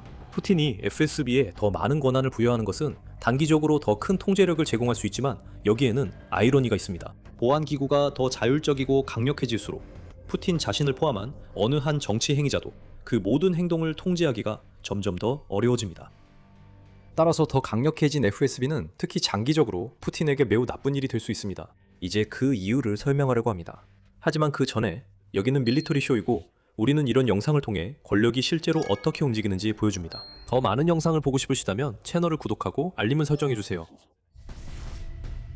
푸틴이 특히 우크라이나 전쟁 기간 동안 FSB의 권한을 점차 확대해왔다는 것은 비밀이 아닙니다. 그 점진적인 확대는 2025년에 본격적으로 속도를 냈고, 그해 7월 우크라이나 정부 당국은 FSB의 권력이 더 두드러지게 되면서 푸틴이 러시아를 군사 독재 국가로 만들고 있다고 밝혔습니다. 그 주장은 푸틴이 FSB의 승인을 받지 않으면 어떤 외국 선박도 러시아 항구에 입항할 수 없다는 내용의 법령에 서명한 직후에 나왔습니다. 러시아의 법률 체계에 추가적인 변화가 생기면서 FSB는 러시아 과학기관들이 외국과 어떻게 협력하는지 통제할 권한을 갖게 되었습니다. 또한 형사 판결을 집행하고 재산을 국유화할 수 있는 권한도 갖게 되었습니다. 당시 UKRI 인폼이 보도했습니다. 2026년 상반기에는 푸틴이 우크라이나 침공에 대한 국민적 지지 하락에 대응하면서 더욱더 권력 확장이 이루어졌습니다. 제임스타운 재단은 4월에 2026년 첫 몇 달 동안에만 FSB의 권한이 5가지 주요 분야에서 확대되었다고 보도했습니다. 이제 FSB는 국내외 하자들 간의 모든 접촉을 규제할 수 있게 되었습니다. FSB는 또한 원할 때마다 인터넷 접속을 차단할 수 있을 뿐만 아니라 자체 구금 시설도 개설할 수 있게 되었습니다. 디지털 네트워크는 더 이상 FSB로부터 안전하지 않습니다. FSB는 언제든지 완전한 접근을 요구할 수 있는데, 이것이 텔레그램 공동 창립자가 몰락한 이유를 설명해줍니다. FSB는 이제 러시아인들이 앞으로 어떤 종류의 웹사이트에 접근할 수 있을지까지도 통제할 수 있게 되었습니다. 그리고 이제 우리는 새로운 탄압의 물결을 맞이하고 있습니다. 이제 FSB의 권력을 진정으로 견제할 수 있는 장치는 더 이상 존재하지 않습니다. FSB는 사실상 자율적으로 행동하고 있으며 표면적으로는 푸틴의 명령에 따르는 것처럼 보이지만 실제로는 스스로 권력을 행사하며 러시아를 자신들이 원하는 대로 만들어가고 있습니다. 지금의 목표는 푸틴이 승인할 만한 러시아를 만드는 것입니다. 21세기의 KGB입니다. 푸틴에게는 아주 익숙하고 편안한 일이죠. 그는 소련 붕괴의 여파로 정치적으로 부상하기 전에 KGB 요원이었습니다. 푸틴에게 FSB의 권한을 확대하는 것은 자신이 오랫동안 몸담았던 조직을 닮은 기관을 만드는 일입니다. 푸틴은 FSB를 통제하고 있습니다. FSB는 푸틴이 시키는 대로 행동합니다. 적어도 푸틴은 그렇게 생각하고 있습니다. 그리고 지금은 FSB가 푸틴의 권력을 위협하는 엘리트들을 탄압하고 있기 때문에 그 말이 사실일 수 있지만, 러시아 지도자가 실제로 한 일은 자신을 통제할 수 있는 조직을 만들어낸 것입니다. 푸틴은 정상에서 고립되어 있으며 오직 FSB만이 그의 이익을 위해 신뢰받고 있습니다. 언제도 균형도 없고 FSB가 원하는 대로 행동하는 것을 막을 수 있는 아무런 장치도 없습니다. 특히 FSB가 강해질수록 러시아의 다른 연방 기관들은 약화되고 있기 때문입니다. 이것은 재앙을 부르는 공식입니다. 믿을 만한 사람이 아무도 없는 채로 블라디미르 푸틴은 러시아를 FSB가 옳다고 보는 방식대로 운영하게 됐습니다. 블라디미르 푸틴의 통제에 대한 절박한 욕구는 그를 극도로 고립시키게 만들었고 이제 그는 FSB가 원하는 대로 생각하도록 조종당할 수 있는 지경에 이르렀습니다. 지금 러시아 안에서 블라디미르 푸틴의 현실을 살펴봅시다. 이른바 특별 군사 작전에 집착하고 있지만 그가 세운 목표 중 어느 것도 달성하지 못했고 푸틴은 러시아를 운영하는데 완전히 집중력을 잃었습니다. 그가 내리는 모든 결정은 우크라이나에서 벌어지는 일에 의해 좌우됩니다. 세금이 오를 때마다 그것은 푸틴이 우크라이나 전쟁에 쓸 자금이 필요하기 때문입니다. 푸틴이 러시아의 인구 문제에 대해 이야기할 때 그는 실제로 자신의 전쟁에 보내 죽게 할 병사들이 부족해지는 것을 원하지 않는다는 의미입니다. 푸틴은 우크라이나에만 집착하고 있어서 자기 나라에서 실제로 무슨 일이 벌어지고 있는지 전혀 보지 못합니다. 푸틴은 더 이상 국가의 이익이 무엇인지 정의하지 않습니다. 국내 정책을 도왔던 러시아 내 여러 집단들도 마찬가지입니다. 지금은 FSB가 모든 것을 장악하고 있으며 그들의 유일한 관심사는 오직 안보뿐입니다. 사회 개혁을 위한 공간도 없고 전쟁의 경제적 여파나 매일 머리 위를 날아다니는 드론으로 고통받는 국민을 돕기 위한 조치도 전혀 없습니다. 푸틴은 자신의 권력을 강화하기 위해 직접 구축했던 권력 구조들조차 적극적으로 허물고 있으며 이 모든 것은 FSB에 더 많은 권한을 부여하기 위함입니다. 한때 다른 권력의 통제 아래 있었던 FSB는 이제 모든 것 위에 군림하고 있습니다. 하지만 다시 생각해보면 푸틴이 FSB를 운영하는 거잖아요. 그렇다면 결국 푸틴이 더 중앙 집권적인 권력 구조를 만든 것이고 러시아의 모든 것이 그를 통해 움직인다는 뜻이겠죠. FSB는 푸틴의 공격견이고 푸틴 자신은 그 주인인 셈이죠. 하지만 견제와 균형에 대해 중요한 점이 있습니다. 이것들은 어느 한 집단이 모든 것을 통제해서 오직 그 집단만이 결정을 내리는 상황을 막아줍니다. 푸틴의 경우 견제와 균형이 그를 위해 제거되는 것이 아닙니다. 그러한 제거는 FSB의 이익이 됩니다. 그리고 FSB가 아무에게도 보고하지 않게 되면 지금이 거의 그런 상황인데 그때는 푸틴조차도 더 이상 통제할 수 없는 존재가 되어버립니다. FSB는 그 주인을 뛰어넘게 될 것이고 우리는 지금 이 순간에도 이런 일이 실제로 일어나고 있다는 신호를 보기 시작하고 있습니다. 우리가 푸틴이 러시아 자체에 집중하지 못하고 있다는 점을 언급한 데에는 이유가 있습니다. 러시아 지도자가 우크라이나에 집착하는 바람에 푸틴은 FSB에 의해 고립되고 FSB가 들려주고 싶은 이야기만 듣게 되는 최적의 위치에 놓이게 되었습니다. 이런 상황을 상상해 보십시오. 푸틴은 FSB 조직원을 불러 우크라이나 전쟁과 러시아 내에서 무슨 일이 일어나고 있는지 보고를 받으려 합니다. 모든 게 잘 되고 있다고 그 조직원은 푸틴에게 말합니다. 우크라이나에서는 우리 분대가 기록적인 속도로 진격하고 있습니다. 돈바스는 연말까지 반드시 함락될 것입니다. 그리고 국민들은 그 어느 때보다 당신을 더 사랑하고 있습니다. 정치적 반대 세력도 전혀 없습니다. 저희가 모두 제거했고 강력한 단속으로 사회적 봉기도 일어나지 않을 것입니다. 저희를 믿으십시오. 저희는 당신의 이익을 위해 일하고 있습니다. 과거에는 블라디미르 푸틴의 측근에 이런 보고에 이의를 제기할 수 있는 다른 엘리트들과 인사들이 있었습니다. 연방보안국이 푸틴에게 거짓 정보를 전달한다고 가정했을 때 말이죠. 이제 푸틴의 측근에는 그런 사람이 아무도 없습니다. 그리고 막강한 권력을 가진 연방보안국은 위협이 된다고 생각하는 누구든 탄압할 수 있습니다. 푸틴에게 위협이 되는 것이 아니라 연방보안국이 푸틴에게 원하는 이야기를 들려줄 수 있는 그들의 능력에 위협이 되는 사람들입니다. 비현실적으로 들리나요? 그렇지 않습니다. 푸틴은 이미 자신을 고립시켰고 모든 경로에서 잘못된 정보가 전달되고 있다는 보고가 새어나오고 있습니다. 그 결과 그는 자신이 만든 망상의 거품 속에 갇혀 있습니다. 연방보안국은 그 거품을 터뜨릴 생각이 전혀 없습니다. 오히려 연방보안국은 푸틴이 자신들의 권한을 더 확장하도록 설득하는 정보를 계속 주입할 것입니다. 그리고 푸틴이 왜 그러지 않겠습니까? 그는 지금 러시아에서 실제로 무슨 일이 일어나고 있는지 전혀 알지 못합니다. 그는 자신의 편집증에 빠져 있습니다. 2026년에는 푸틴의 공개 석상 등장도 드물어졌습니다. 그 이유는 푸틴이 대부분의 시간을 벙커에 숨어보내기 때문입니다. 그곳에서는 우크라이나의 드론뿐만 아니라 그가 모든 어두운 구석에 숨어있다고 믿는 암살자와 권력 찬탈자들로부터도 안전하기 때문입니다. 5월 포브스 보도에 따르면 푸틴은 거의 모든 시간을 거대한 지하 벙커 군도에서 보낸다고 합니다. 그곳에서 그는 러시아 엘리트층에 대한 불신을 키웠고 자신의 참모진도 최소한으로 줄였습니다. 이것은 푸틴에게 거짓 정보를 제공하며 자신의 권력을 키우고자 하는 FSB에게 완벽한 상황입니다. 그리고 이것은 FSB나 다른 누구에게도 새로운 전술이 아닙니다. 수년 동안 푸틴 주변의 사람들은 환심을 사거나 자신의 목적을 이루기 위해 그에게 거짓 정보를 제공해왔습니다. 7월 15일 유나이티드 24 미디어는 러시아 국영 베스티 뉴스 프로그램의 전 편집장인 드미트리 스카라부토프의 발언이 담긴 보고서를 발표했습니다. 스카라부토프는 2012년부터 자신의 프로그램이 푸틴이 보고 싶어하는 내용만을 보도하도록 설계된 뉴스 버전을 주요 시청자에게 제공하는 임무를 맡았다고 말합니다. 선정가들은 그를 실제 사건과 정보 환경, 그리고 외부 세계와의 접촉은 말할 것도 없이 철저히 고립시키려고 했다고 밝혔습니다. 스카라부토프가 언급한 그들은 FSB를 말하는 건가요? 설령 그렇지 않더라도 이 보고서는 푸틴이 고립으로 인해 허위 정보에 얼마나 쉽게 속을 수 있는지를 보여줍니다. 우크라이나 전쟁에서도 비슷한 점을 볼 수 있습니다. 러시아 탐사기자 안드레이 자하로프는 푸틴이 자신이 시작한 전쟁에 대해 아는 모든 것이 그를 조종하려는 사람들에 의해 통제되고 있다고 말합니다. 불행하게도 끔찍한 전쟁을 벌이고 있는 한 나라가 인터넷 사용을 거부하고 오직 두 가지 정보원, 즉 언론과 FSB에만 전적으로 의존하는 사람에 의해 통치되고 있는 상황입니다. 자하로프는 이것이 끔찍한 일이라고 말합니다. 원쟁연구소는 2025년 말에 비슷한 말을 했습니다. 푸틴의 장군들이나 그 장군들의 보고를 전달하도록 푸틴이 임명한 사람들이 거짓 전쟁 보고를 한다고 밝혔습니다. 이로 인해 푸틴은 러시아가 우크라이나에서 좋은 진전을 이루고 있다는 잘못된 인상을 받게 되었습니다. 실제로는 그 반대가 진실입니다. 그렇다면 푸틴은 실제로 어떤 사람일까요? 인터넷 사용을 거부하고 FSB와 국가 통제 언론에 의존해 정보를 얻는 지도자입니다. 우리가 이미 조작된 것으로 밝혀진 언론은 푸틴이 듣고 싶어하는 이야기만 들려주고, FSB는 자신들의 권력을 강화하기 위해 푸틴을 조종하는데 분명한 이해관계를 가지고 있습니다. 이 모든 것은 통제와 관련된 일이지만 푸틴에게 더 많은 통제권을 주는 것과는 아무런 관련이 없습니다. FSB의 권력이 더 확장될수록 푸틴을 둘러싼 그들만의 거품만 더 두꺼워질 것입니다. 러시아의 지도자는 현실로부터 너무나도 철저히 보호받고 있어서 그가 항상 두려워했던 내부의 위협이 실제로 존재한다는 사실조차 깨닫지 못하고 있습니다. 하지만 그 위협은 엘리트들로부터 오는 것이 아닙니다. 바로 그가 권력을 실어준 FSB로부터 오는 것입니다. 그리고 FSB가 푸틴으로부터 권력을 넘겨받을 준비가 되면 해야 할 일은 큰 바늘을 들고 자신들이 만든 거품을 터뜨리는 것뿐입니다. FSB가 권력을 장악하고 있습니다. 푸틴은 너무 맹목적이고 다른 사람들을 지나치게 의심해서 그것을 보지 못하고 있습니다. 요즘은 푸틴의 측근으로 지내는 것이 점점 더 위험해지고 있습니다. 국내에서는 우크라이나에 대한 집착으로 분명히 제정신이 아닌 대통령을 상대해야 합니다. 푸틴의 모든 장군들에게는 살얼음판을 걷는 것이 특기가 되었습니다. 그들은 편집증에 걸린 푸틴이 자신들을 갑자기 창문 밖으로 내보내는 일을 피하기 위해 무슨 말이나 행동을 할 때마다 극도로 조심하고 있습니다. 하지만 푸틴의 광기를 잘 피해 다니는 장군들에게는 또 다른 위협이 있습니다.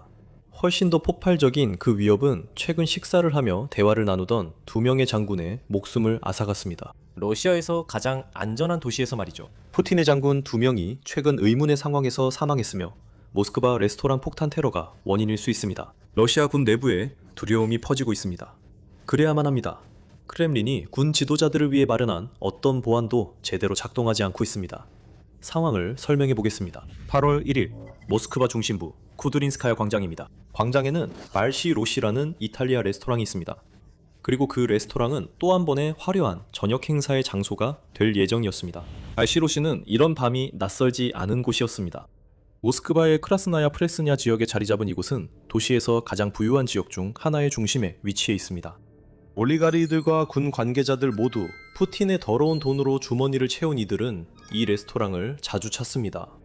모스크바에서 맛볼 수 있는 최고의 음식을 먹기 위해 화려하게 차려입은 이 엘리트들은 자신들의 지도자가 나라에 끼친 경제적 혼란을 모르는 듯이 우아하게 돌아다닙니다. 러시아 대부분의 사람들이 극심한 인플레이션에 시달리고 있고 한 달에 최대 15,000개의 기업이 줄줄이 무너지고 있다 한들 그게 무슨 상관이겠습니까? 푸틴에게 아첨하는 자들에게는 기쁨이 있습니다.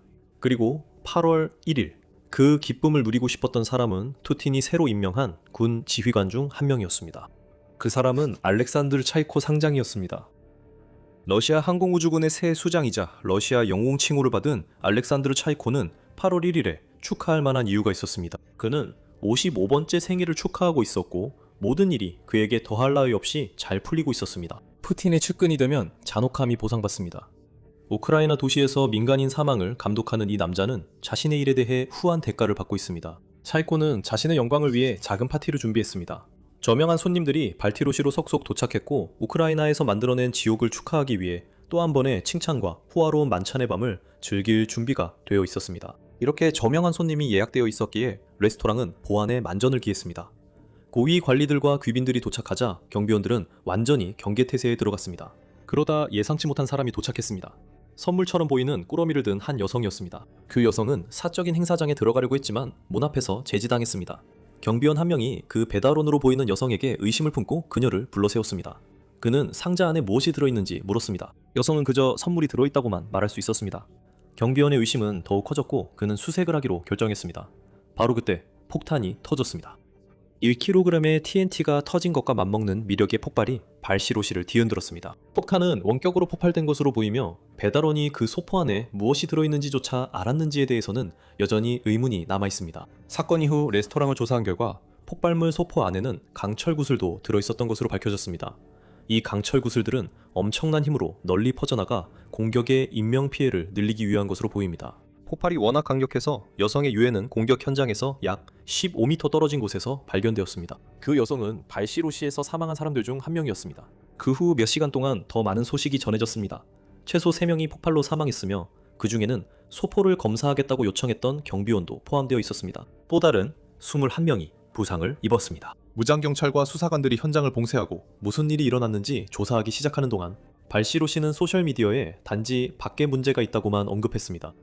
그 게시물은 곧 삭제되었고 레스토랑 측에서 부적절하다고 밝혔습니다. 그 부적절함이 게시물의 캐주얼한 성격 때문이었는지 아니면 게시물이 작성될 당시 진행 중이던 수사 때문이었는지는 불분명합니다. 8월 2일까지 사망자 수는 증가했으며 이는 칭크렘린 성향의 렌TV 텔레그램 채널과 러시아의 이즈베스티아 신문 등 여러 매체에서 보도되었습니다. 부상자 21명 중 2명, 이 부상으로 사망했을 가능성이 높아 보입니다.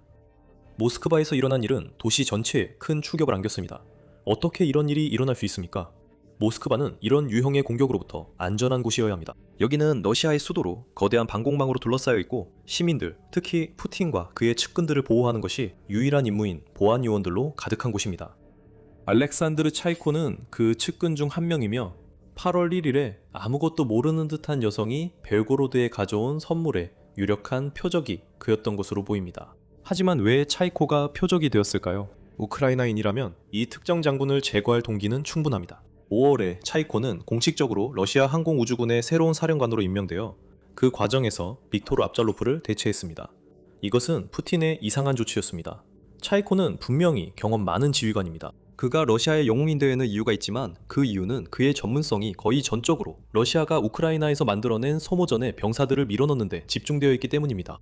그는 지상군 지휘관이었지만 정치적인 동기로 볼 수 있는 결정에 의해 항공 역할로 갑자기 투입되었습니다. 좀 더 솔직하게 말하자면 차이코는 푸틴이 시키는 대로, 푸틴이 시키는 때에 맞춰 행동하는 사람입니다. 그리고 이는 우크라이나 도시를 향해 더 많은 미사일과 드론을 발사해 가능한 한 많은 민간인을 죽이라는 명령이 내려오면 차이코는 아무런 의문 없이 그 명령을 따를 것이라는 의미입니다. 하지만 차이코는 지상군 지휘관임에도 불구하고 공중에서 무고한 사람들을 죽인 경험이 많습니다. 그는 시리아에서 두각을 나타냈는데 2019년 9월부터 2020년 11월까지 전 독재자 바샤르 아라사드를 지원하기 위해 파견되었고 2021년에도 몇 달 동안 다시 파견되었습니다. 그곳에서 차이코는 특히 이들리브 지역에서 반 아사드 정권 반군이 점령하고 있던 시기에 진료소, 학교, 병원, 땅집 등을 대상으로 한 끊임없는 공습을 지휘했습니다. 이러한 공습의 조직적이고 냉혹한 성격은 러시아 대통령에게 차이코가 푸틴만큼이나 무자비할 수 있다는 것을 보여주었습니다. 그리고 실제로 차이코는 새로운 역할을 맡은 첫 몇 달 동안 우크라이나 사람들에게 특유의 잔혹함을 가했습니다. 우크라이나의 지속적인 패트리어트 미사일 부족을 이용해 차이코는 우크라이나 도시들에 대량의 탄도 미사일을 퍼붓도록 명령했습니다. 7월, 차이코의 군대는 우크라이나로 195발의 탄도 미사일을 발사했으며 패트리어트 미사일 재고가 줄어들면서 그중 단 29발만이 요격되었습니다. 이 탄도 미사일들과 함께 265발의 순항 미사일이 발사되었고 그중 187발이 요격되었으며 8,653대의 공격드론도 동원되었습니다. 러시아의 여러 공격에서 민간인들이 사망했으며 8월에 이루어진 공습에서도 더 많은 사람들이 목숨을 잃었습니다. 8월 5일, 러시아는 또 한 번의 집중 공격을 퍼부었고 주로 키이우와 그 주변 지역을 집중적으로 타격하여 최소 17명이 사망한 것으로 보고되었습니다. 희생자는 하르키우와 도네츠크에서도 발생했으며 하르키우에서는 1명이 사망했고 도네츠크에서는 3명이 사망한 것으로 보고되었습니다. 그래서 차이코는 푸틴에게 매우 유용한 인물입니다. 그는 아무런 죄책감 없이 우크라이나 민간인들을 죽이라고 명령할 것입니다. 그래서 이제 우리가 차이코도 모스크바 레스토랑 공격에서 사망했다고 말할 준비가 되셨겠죠? 하지만 우크라이나에게는 불행하게도 이야기에 반전이 등장합니다. 폭탄이 보안을 뚫지 못한 덕분에 차이코는 목숨을 건진 것으로 보입니다. 러시아는 하늘의 도살자가 다시 싸울 수 있게 살아남았다고 주장하지만 그의 가족은 폭탄 테러에서 무사하지 못했을 수도 있습니다. 러시아에서 추방된 언론사인 오스트스카에 따르면 크렘린의 공식 입장과 맞지 않는 보도를 했기 때문일 가능성이 높습니다. 발티로시 경영진의 한 소식통은 장군의 딸인 마리아 차이코가 폭발로 인해 부상을 입었을 수도 있다고 주장했습니다.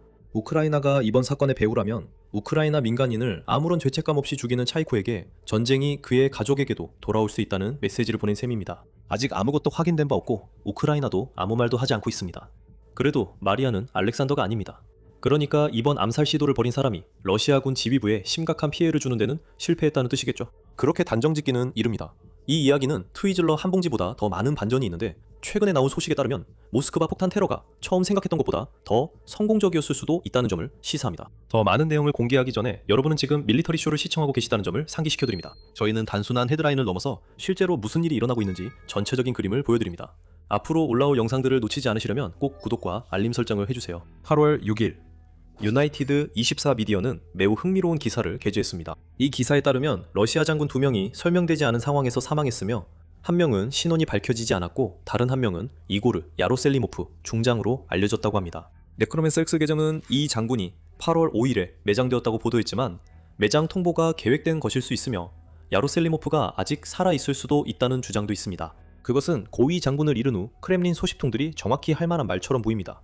하지만 정말 주목해야 할 점은 매장 날짜입니다. 8월 5일, 은 8월 1일, 즉 모스크바 레스토랑이 공격당한 지 불과 며칠 후입니다. 유나이티드 24 미디어가 그것을 분명히 밝혔습니다. 유라솔리모프와 신원이 밝혀지지 않은 장군이 차이코의 작은 연회 초대 명단에 있었다는 주장이 있습니다.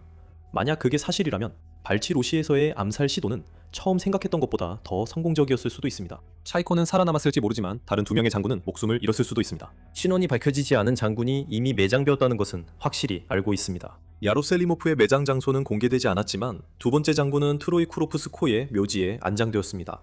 보도에 따르면 이 장례식은 엄청난 경계 속에서 진행되었습니다. 장교들은 이른 아침부터 묘지를 경계했고 병사들은 버스를 타고 와서 조의를 표했습니다.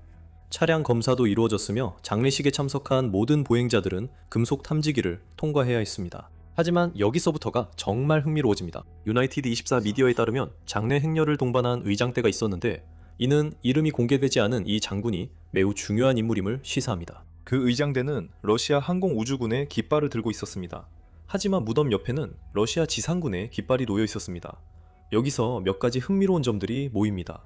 러시아의 공군과 지상군 모두에서 복무한 장군, 매우 중요한 인물, 어쩌면 러시아의 영웅에게 어울리는 의장대입니다.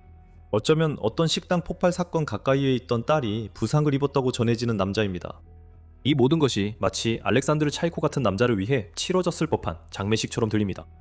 8월 8일 프라우다의 보도에 따르면 차이코의 친척인 율리아 키릴로바라는 여성이 모스크바 식당 폭발로 인한 부상으로 사망했다는 사실이 밝혀지면서 이런 가능성은 더욱 높아 보입니다. 또한 차이코의 사위가 이번 공격으로 사망했다는 보도도 있습니다. 아마도 부상을 입었다고 알려진 딸의 남편일 것입니다. 또한 차이코가 공격 이후 공개석상에 나타나거나 자신의 직책으로 복귀했다는 보도도 찾을 수 없습니다. 그리고 키릴로바가 사망하고 그의 딸이 폭탄에 의해 부상을 입었다는 보도를 보면 차이코 본인도 폭발에 휘말릴 만큼 가까운 곳에 있었던 것이 분명해 보입니다. 러시아가 차이코가 사망하지 않았다고 주장하는 것이 성급하거나 심지어 거짓일 수도 있을까요? 러시아가 공격에서 살아남았다고 주장하면서도 실제로는 최고위 장군 중 한 명을 비밀리에 매장한 것일까요? 차이코가 다시 모습을 드러내기 전까지는 알 수 없습니다. 그가 그럴 수 있는 상태이고 그러니까 죽지 않았다면 말이죠. 만약 차이코가 방금 비밀리에 매장된 곳이라면요? 어쩌면 이고르 야로셀리모프가 단지 안식에 든 것만은 아니라는 주장도 거짓일 수 있겠네요. 이 사건을 둘러싼 미스터리와 음모가 너무 많습니다. 그리고 러시아는 그 운명에 8월 1일 저녁 발시로시에서 발생한 피해의 진정한 규모에 대해 철저히 함구하고 있습니다. 러시아가 확신하는 유일한 것은 모스크바 폭탄 테러의 책임이 누구에게 있는지입니다. 러시아는 이 사건이 우크라이나의 소행이라고 주장하는 데에는 의심의 여지가 없습니다. 모스크바 시장 세르게이 소베니는 사건 발생 직후 공격에 대해 보고할 때 다른 동료들보다 다소 차분한 태도를 보였습니다. 어제 모스크바에서 잔혹한 테러 공격이 발생해 여러 명이 목숨을 잃었습니다. 이 범죄를 저지른 자들은 반드시 찾아내어 마땅한 처벌을 받게 될 것입니다. 토베민 시장은 선언했습니다. 하지만 그는 이번 공격의 배후가 누구라고 생각하는지나 그들의 동기가 무엇인지에 대해서는 아무런 구체적인 언급을 하지 않았습니다. 로마 주재 러시아 대사관은 이번 폭탄 테러의 배후에 대해 크렘린이 누구를 비난하는지에 대해 의심의 여지를 남기지 않았습니다. 대사관은 이번 공격을 수행한 것이 키이우 테러리스트들이라고 주장했습니다. 그리고 그들이 러시아에서 일하는 이탈리아인들을 겁주고 그들 또한 표적이 되어 악당들의 다음 희생자가 될 수 있음을 보여주기 위해 그렇게 했다고 밝혔습니다. 러시아는 이미 사건을 왜곡하고 우크라이나의 동맹국인 한 나라를 우크라이나에 적대적으로 돌리를 하고 있습니다. 전형적인 러시아의 행태입니다. 어떻게 누가 이런 말을 믿을 수 있을까요? 우크라이나가 발시로시를 공격해서 이탈리아 요리사들을 죽이려고 했다는 주장, 그것도 러시아의 핵심 장군이 그 식당에서 파티를 열고 있을 때라는 건 도저히 이해할 수 없습니다. 만약 우크라이나가 이런 일을 저질렀다면 차이코가 분명한 동기였을 겁니다. 우크라이나가 러시아에서 일한다는 이유만으로 이탈리아 민간인들을 공격해 벌을 주려고 했을 리는 없습니다. 로마 주재 대사관이 뭐라고 주장하든 만약 우크라이나가 이 공격을 저질렀다고 가정해도 우크라이나의 첩보기관이나 비밀 서비스는 아무런 책임을 주장하지 않았습니다. 하지만 러시아는 발시로시를 폭파한 사람이 누군지 알고 있다고 생각합니다. 그리고 식당에서 일어난 일을 공포 속에서 지켜볼 수밖에 없었던 그 나라의 수많은 장군들에게도 메시지가 전달됐습니다. 당신이 누구든 어디 출신이든 아무도 안전하지 않다는 것입니다. 이 암살들을 실행하고 있는 사람이 누구든지 간에 맞습니다. 저희는 암살들이라고 복수형으로 말했습니다. 그리고 그 이유는 8월 1일 공격 이후 러시아의 2명의 장군, 어쩌면 차이코 본인까지도 사망한 것으로 보이기 때문만은 아닙니다. 발치로시 폭탄 테러는 러시아의 최고위 장군 여러 명을 무덤에 보낸 일련의 암살과 시도들 중 가장 최근의 사건일 뿐입니다. 메두사는 8월 3일 기사에서 더 많은 내용을 밝혔습니다. 기사에 따르면 지난 2년 동안 러시아 장군들을 대상으로 최소 6건의 암살 시도가 있었으며 그중 3건은 치명적인 것으로 확인되었습니다. 발치로시 폭탄 테러는 포함되지 않은 수치입니다. 2024년 12월 러시아 방사능, 화학, 생물방위군 사령관 이고르 키릴로프가 이러한 암살 시도 중 처음으로 사망한 고위 러시아 장군이 되었습니다. 그가 모스크바에서 스쿠터에 부착된 폭탄 옆을 지나가던 중 폭탄이 터졌습니다. 비슷한 일이 러시아 총참모부 작전 총국 부국장에게도 일어났습니다. 야로슬라프 모스칼리 중장에게 2025년 4월에 일어났습니다. 그는 오토바이가 아니라 폭발물이 설치된 폭스바겐 차량에 의해 제거당했습니다. 그 뒤를 이어 러시아 총참모부 작전 훈련국을 이끌던 파노르 사바로프 중장도 사망했습니다. 이번에도 차량 폭탄이었고 이번에는 모스크바 남부에서 발생했습니다. 다른 시도들도 있었습니다. 총참모부 총국의 제1부국장인 블라디미르 알렉세예프 중장은 자신이 거주하던 아파트 건물 로비에서 총격을 받았습니다. 그는 살아남은 것으로 보입니다. 러시아 제64 차량 화소총 여단을 이끄는 아자트벡 오모르베코프 소장도 마찬가지로 살아남은 것으로 보입니다.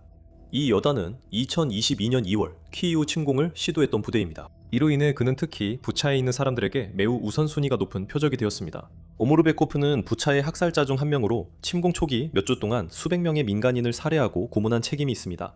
그는 카바로브스크의 한 군 주둔지 우체통에 설치된 폭탄으로 표적이 되었을 수도 있고 아닐 수도 있습니다. 메두사 보도에 따르면 익명의 텔레그램 채널들만이 공격이 발생했다고 주장하고 있어 보도는 불분명합니다.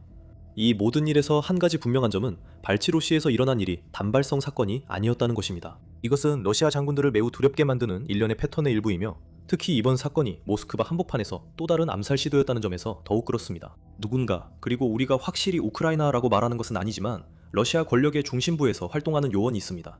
그리고 크렘린이 이에 대해 할 수 있는 일은 없어 보입니다.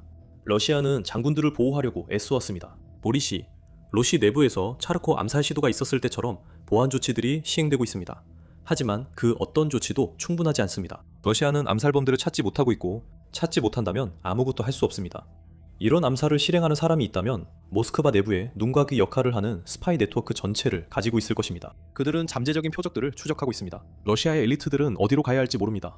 그들은 어딘가 어둠 속에 숨어있는 누군가가 지금 이 순간에도 자신들을 추적하고 있을 수 있다는 것을 알고 있습니다. 그리고 만약 그들이 모스크바의 가장 부유한 지역 중 한 곳에서 호화로 생애 파티를 열 만큼 과시적이라면 그건 곧 그들이 손이 쉬운 표적이란 뜻입니다. 크렘린의 이 고위 인사들에게 주는 조언은 수염을 기르고 이동 경로를 정말 바꾸라는 것입니다. 최근 모스크바 폭탄 테러 이후 러시아 국방부가 장군들에게 이런 지시를 내렸다고 인사이더가 보도했습니다. 그러니까 이건 클라크 켄트와 그의 안경보다 한 단계 업그레이드된 방법이죠. 하지만 아무리 생각해도 수염을 기른다고 해서 목표 인물의 모든 움직임을 지켜보는 암살자를 속일 수 있을 것 같진 않습니다. 그 목표 인물이 집에서 나올 때 추적자는 그냥 이렇게 말하겠죠. 봐, 수염을 길렀네. 개인정보를 소셜미디어에 올리지 말고 전화번호를 바꾸고 자주 다니는 길에서 반복적으로 마주치는 사람은 경계하라고 하죠. 하지만 그게 문제입니다. 이건 정말 기본 중의 기본입니다. 이 장군들은 개인 경호원이나 실제로 공격을 막을 수 있는 어떤 것도 제공받지 못하고 있습니다. 그냥 수염을 기르고 인터넷을 멀리하라는 게 조언인 것 같네요. 기본적인 조언이긴 하지만 차이코는 이 조언을 따르지 않았습니다. 이제 러시아 장군들 사이에 새로운 공포의 물결이 몰아치고 있고 아무리 수염을 길러도 이걸 막을 수는 없습니다. 발치로시 공격이 실제로 일어났다는 사실 자체가 푸틴에게 또 다른 굴욕입니다.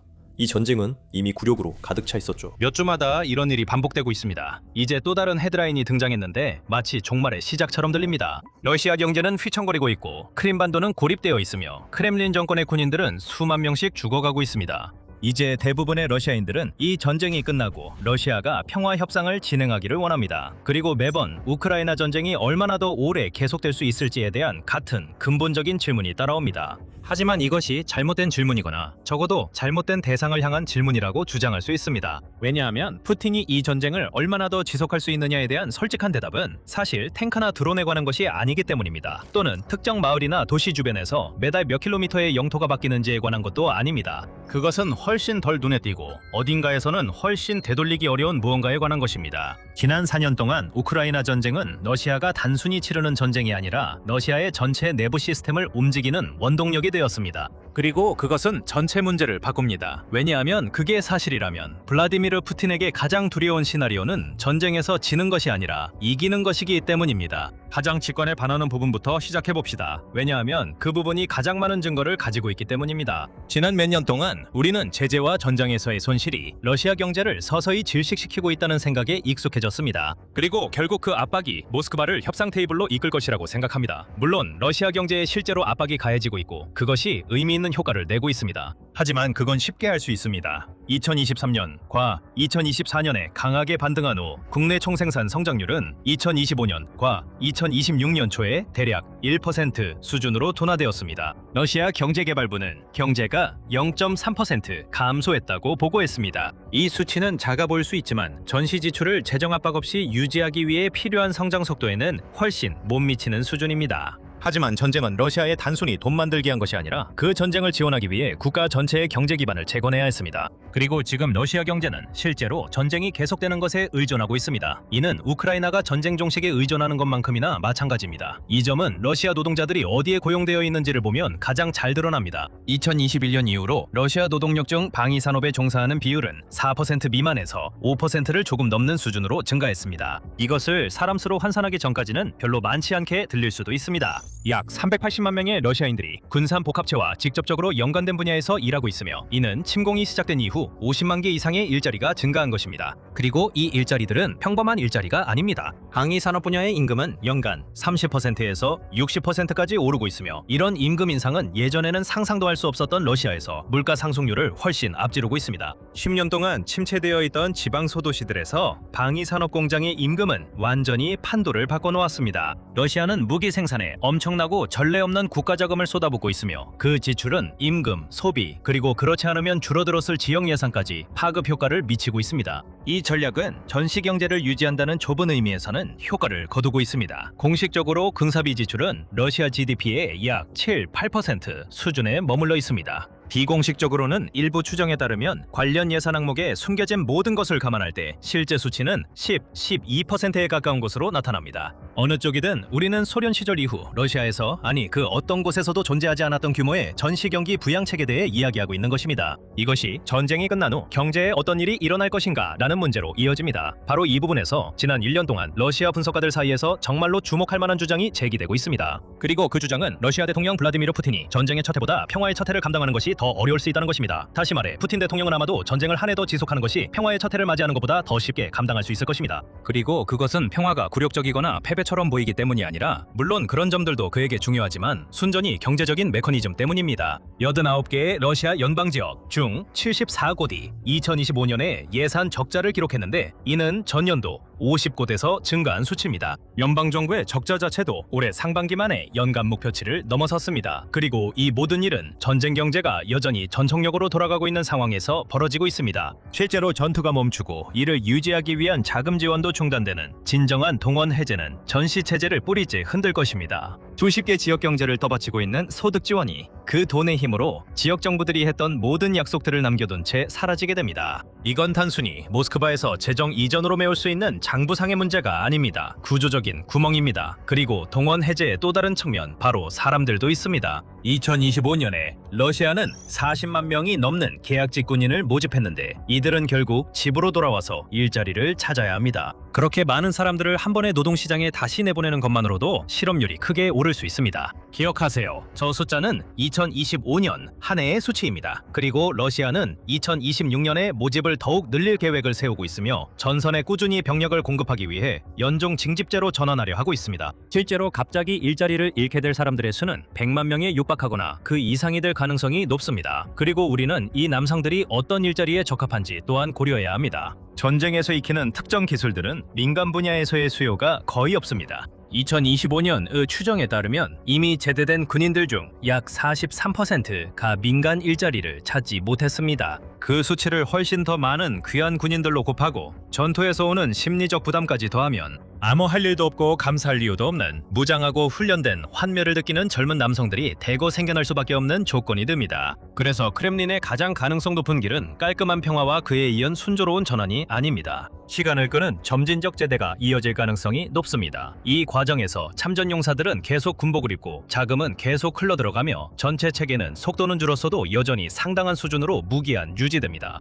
다시 말해 내일이라도 총상이 멈추는 최상의 시나리오가 온다 해도 전쟁 경제는 그와 함께 멈추지 않습니다. 이제 이 모든 것으로부터 실제로 누가 이익을 얻는지에 대해 이야기해봅시다. 바로 여기서 이야기가 더욱 흥미로워집니다. 전쟁이 러시아와 우크라이나 사이에서 벌어지고 있다고 할 수 있지만 실제로 책임을 지고 있는 사람들과 러시아의 침공 뒤에서 지정학을 움직이는 메커니즘은 때때로 러시아 일조차 있지 않습니다. 이를 위해 우리는 전쟁 이전으로 돌아가야 합니다. 그때 러시아의 권력은 푸틴 아래 세 개의 기둥 위에 놓여 있었습니다. 기술관료들이 있었습니다. 이들은 총리나 중앙은행 총재와 같은 인물들로 경제를 안정시키고 성장시키는 것이 그들의 임무였습니다. 그리고 실로비키, 즉 보안기관들이 있었습니다. 이들의 임무는 인구를 통제하는 것보다는 오히려 엘리트들을 단속하고 아무도 지나치게 선을 넘지 않도록 하는 것이었습니다. 그리고 올리가리, 즉 러시아의 석유, 가스, 금속을 서방에 판매하는 사업가들이 있었습니다. 그들은 자신들의 막대한 재산 중 상당 부분을 해외에 안전하게 보관해두었습니다. 그리고 그 대가로 이상한 형태의 반쯤 독립적인 지위를 누렸습니다. 그들은 푸틴의 체제 안에서 활동했지만 영향력을 가지고 있었고 더 중요한 것은 탈출구도 있었습니다. 모스크바가 그들에게 압박을 가할 수는 있었지만 쉽게 그들을 망가뜨릴 수는 없었습니다. 그런 구도 전체는 지난 4년 동안 완전히 무너졌고 아주 다른 무언가로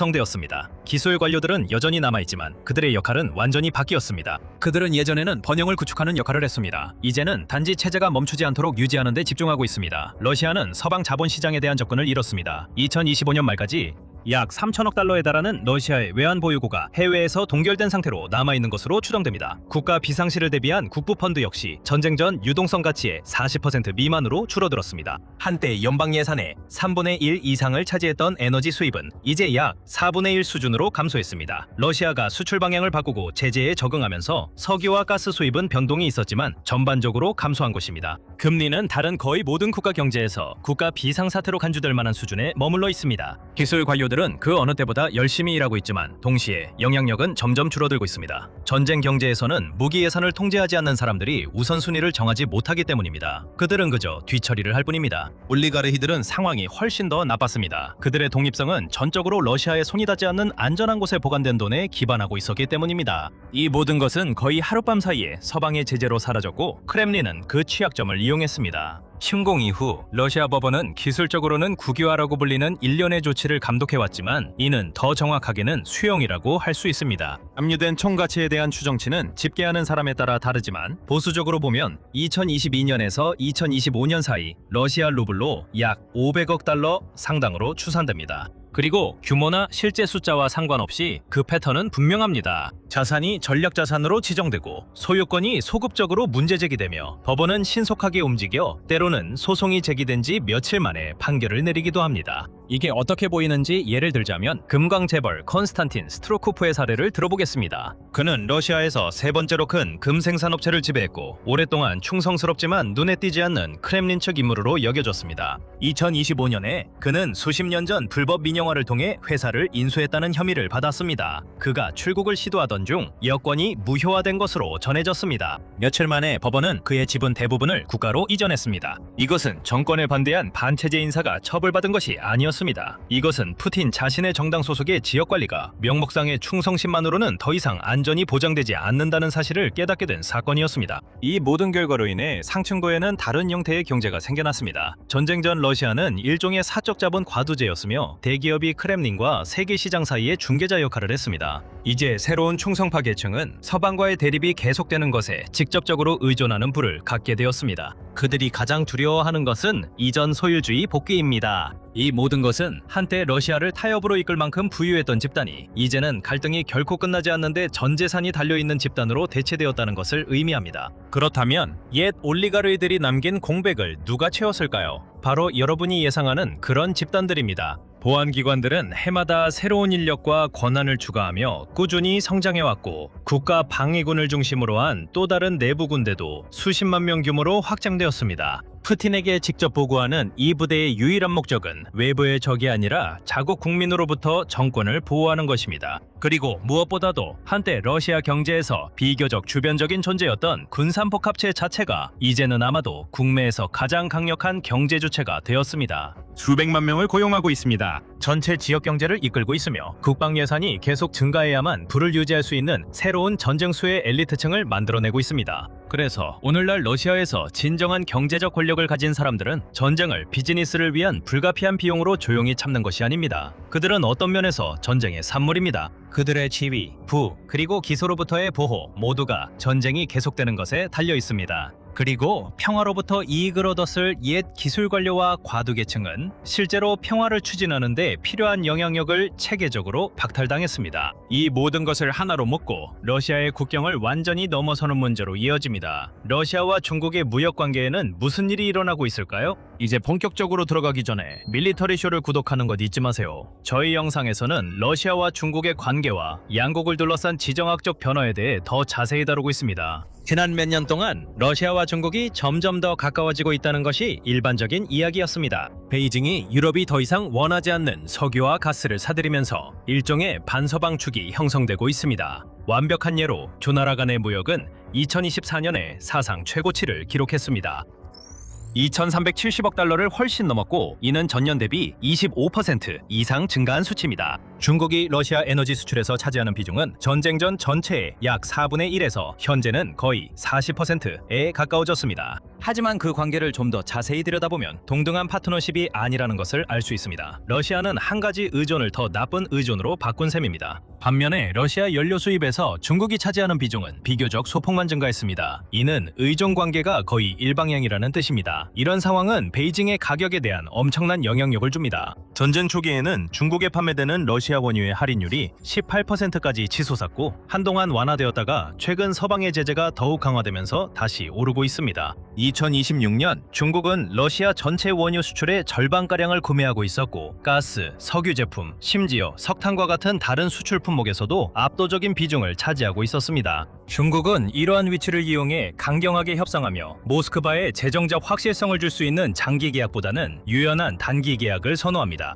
이 불균형의 가장 뚜렷한 상징은 계속해서 추진되는 듯하면서도 결코 완성되지 않는 파이프라인입니다. 시베리아의 힘트는 수년 동안 러시아 가스가 동쪽으로 향하는 다음 대동맥이자 러시아가 유럽에서 완전히 방향을 전환하게 될 프로젝트로 이야기되어 왔습니다. 그런데도 2026년 5월 베이징을 공식 방문한 이후에도 푸틴은 확실한 조건을 성사시키지 못했습니다. 협상을 지켜본 분석가들은 중국이 일부러 모스크바를 기다리게 하면서 미국산 액화 천연가스 도입 가능성을 협상 카드로 활용해 가격을 계속 낮추고 있다고 설명했습니다. 왜냐하면 중요한 전제가 있기 때문입니다. 베이징은 꼭 러시아산 가스가 필요한 것이 아니라 값싼 에너지가 필요할 뿐이고 다른 선택지도 있기 때문입니다. 반면에 러시아는 필요한 만큼의 대량 가스를 팔 수 있는 다른 시장이 없습니다. 이 점은 전쟁에 엄청난 영향을 미칩니다. 에너지 세금이 여전히 러시아 연방 예산의 약 5분의 1을 차지하고 있기 때문입니다. 즉, 중국이 조금 덜 사거나 약간 더 큰 할인을 요구할 때마다 단순히 무역 수지를 조정하는 것이 아니라 전쟁 자금을 지원하는 주요 재정 수단 중 하나를 조이거나 느슨하게 하는 것입니다. 그리고 러시아의 경제와 동맹만이 이번 전쟁을 넘어서까지 영향을 받으며 재편된 것이 아닙니다. 전선의 반대편에서도 정반대의 양상으로 같은 일이 벌어지고 있습니다.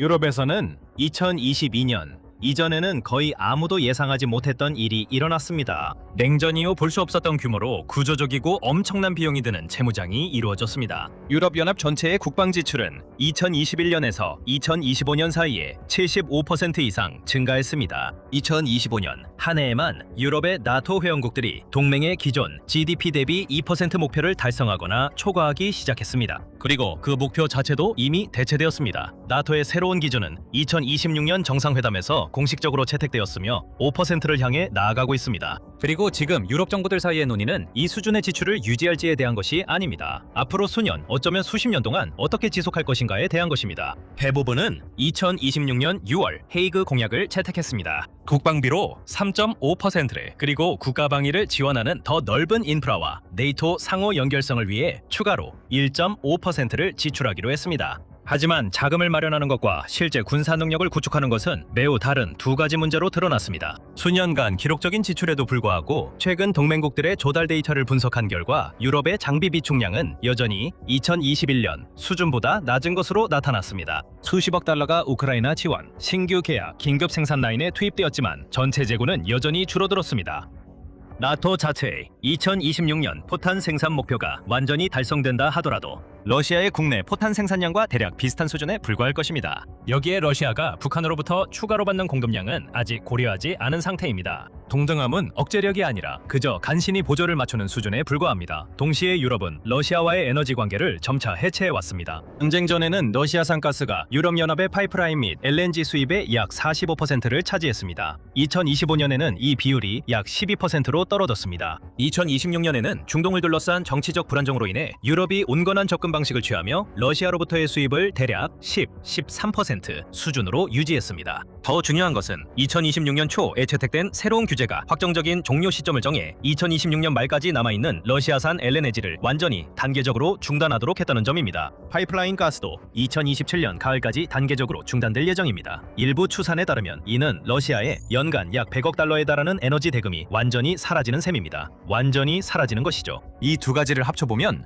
유럽의 재무장과 에너지 결별을 합치면 러시아 내부에서 벌어지고 있는 것과 같은 이야기가 펼쳐집니다. 이것은 우크라이나 전쟁이 실제로 어떻게 끝나느냐에 달려있지 않은 구조적 변화입니다. 내일이라도 휴전이 체결된다 해도 유럽 정부들은 2019년 수준으로 국방비 지출을 조용히 다시 줄이지 않을 것이고 러시아산 가스 공급을 다시 재개하지도 않을 것입니다. 유럽 정보기관들은 이미 러시아가 향후 5년 이내에 나토를 군사적으로 시험할 수 있다는 경고를 바탕으로 계획을 세우고 있습니다. 이 전쟁은 이미 새로운 러시아를 만들어낸 것처럼 새로운 유럽도 만들어냈습니다. 앞으로 전장에서 무슨 일이 일어나든 둘 다 예전으로 돌아가지 않을 것입니다. 그렇다고 해서 전투 자체가 중요하지 않다는 뜻은 아닙니다. 엄청난 수의 사람들이 목숨을 잃고 있고 전장은 여전히 협상 테이블에서 누가 얼마나 영향력을 가질 수 있는지를 결정합니다. 하지만 이것은 모두가 계속 묻는 푸틴이 얼마나 더 버틸 수 있을까라는 질문이 잘못된 방향을 향하고 있다는 뜻입니다. 더 솔직한 질문은 푸틴의 러시아가 전쟁이 실제로 멈췄을 때 살아남을 수 있을까입니다. 왜냐하면 지금 이 시점에서 전쟁은 러시아가 단순히 하고 있는 일이 아니라 러시아가 그 전쟁을 중심으로 다시 재건되었기 때문입니다. 그리고 그 체제 자체가 천천히 그러나 확실하게 무너지고 있습니다. 이번에는 러시아 연방의 잿더미에서 무엇이 나올지 불확실합니다. 더 알아보고 싶다면 이 영상을 확인해보세요. 그리고 글로벌 정치의 모든 주요 이슈에 대한 일일 영상을 보려면 밀리터리 쇼를 구독하는 것도 잊지 마세요.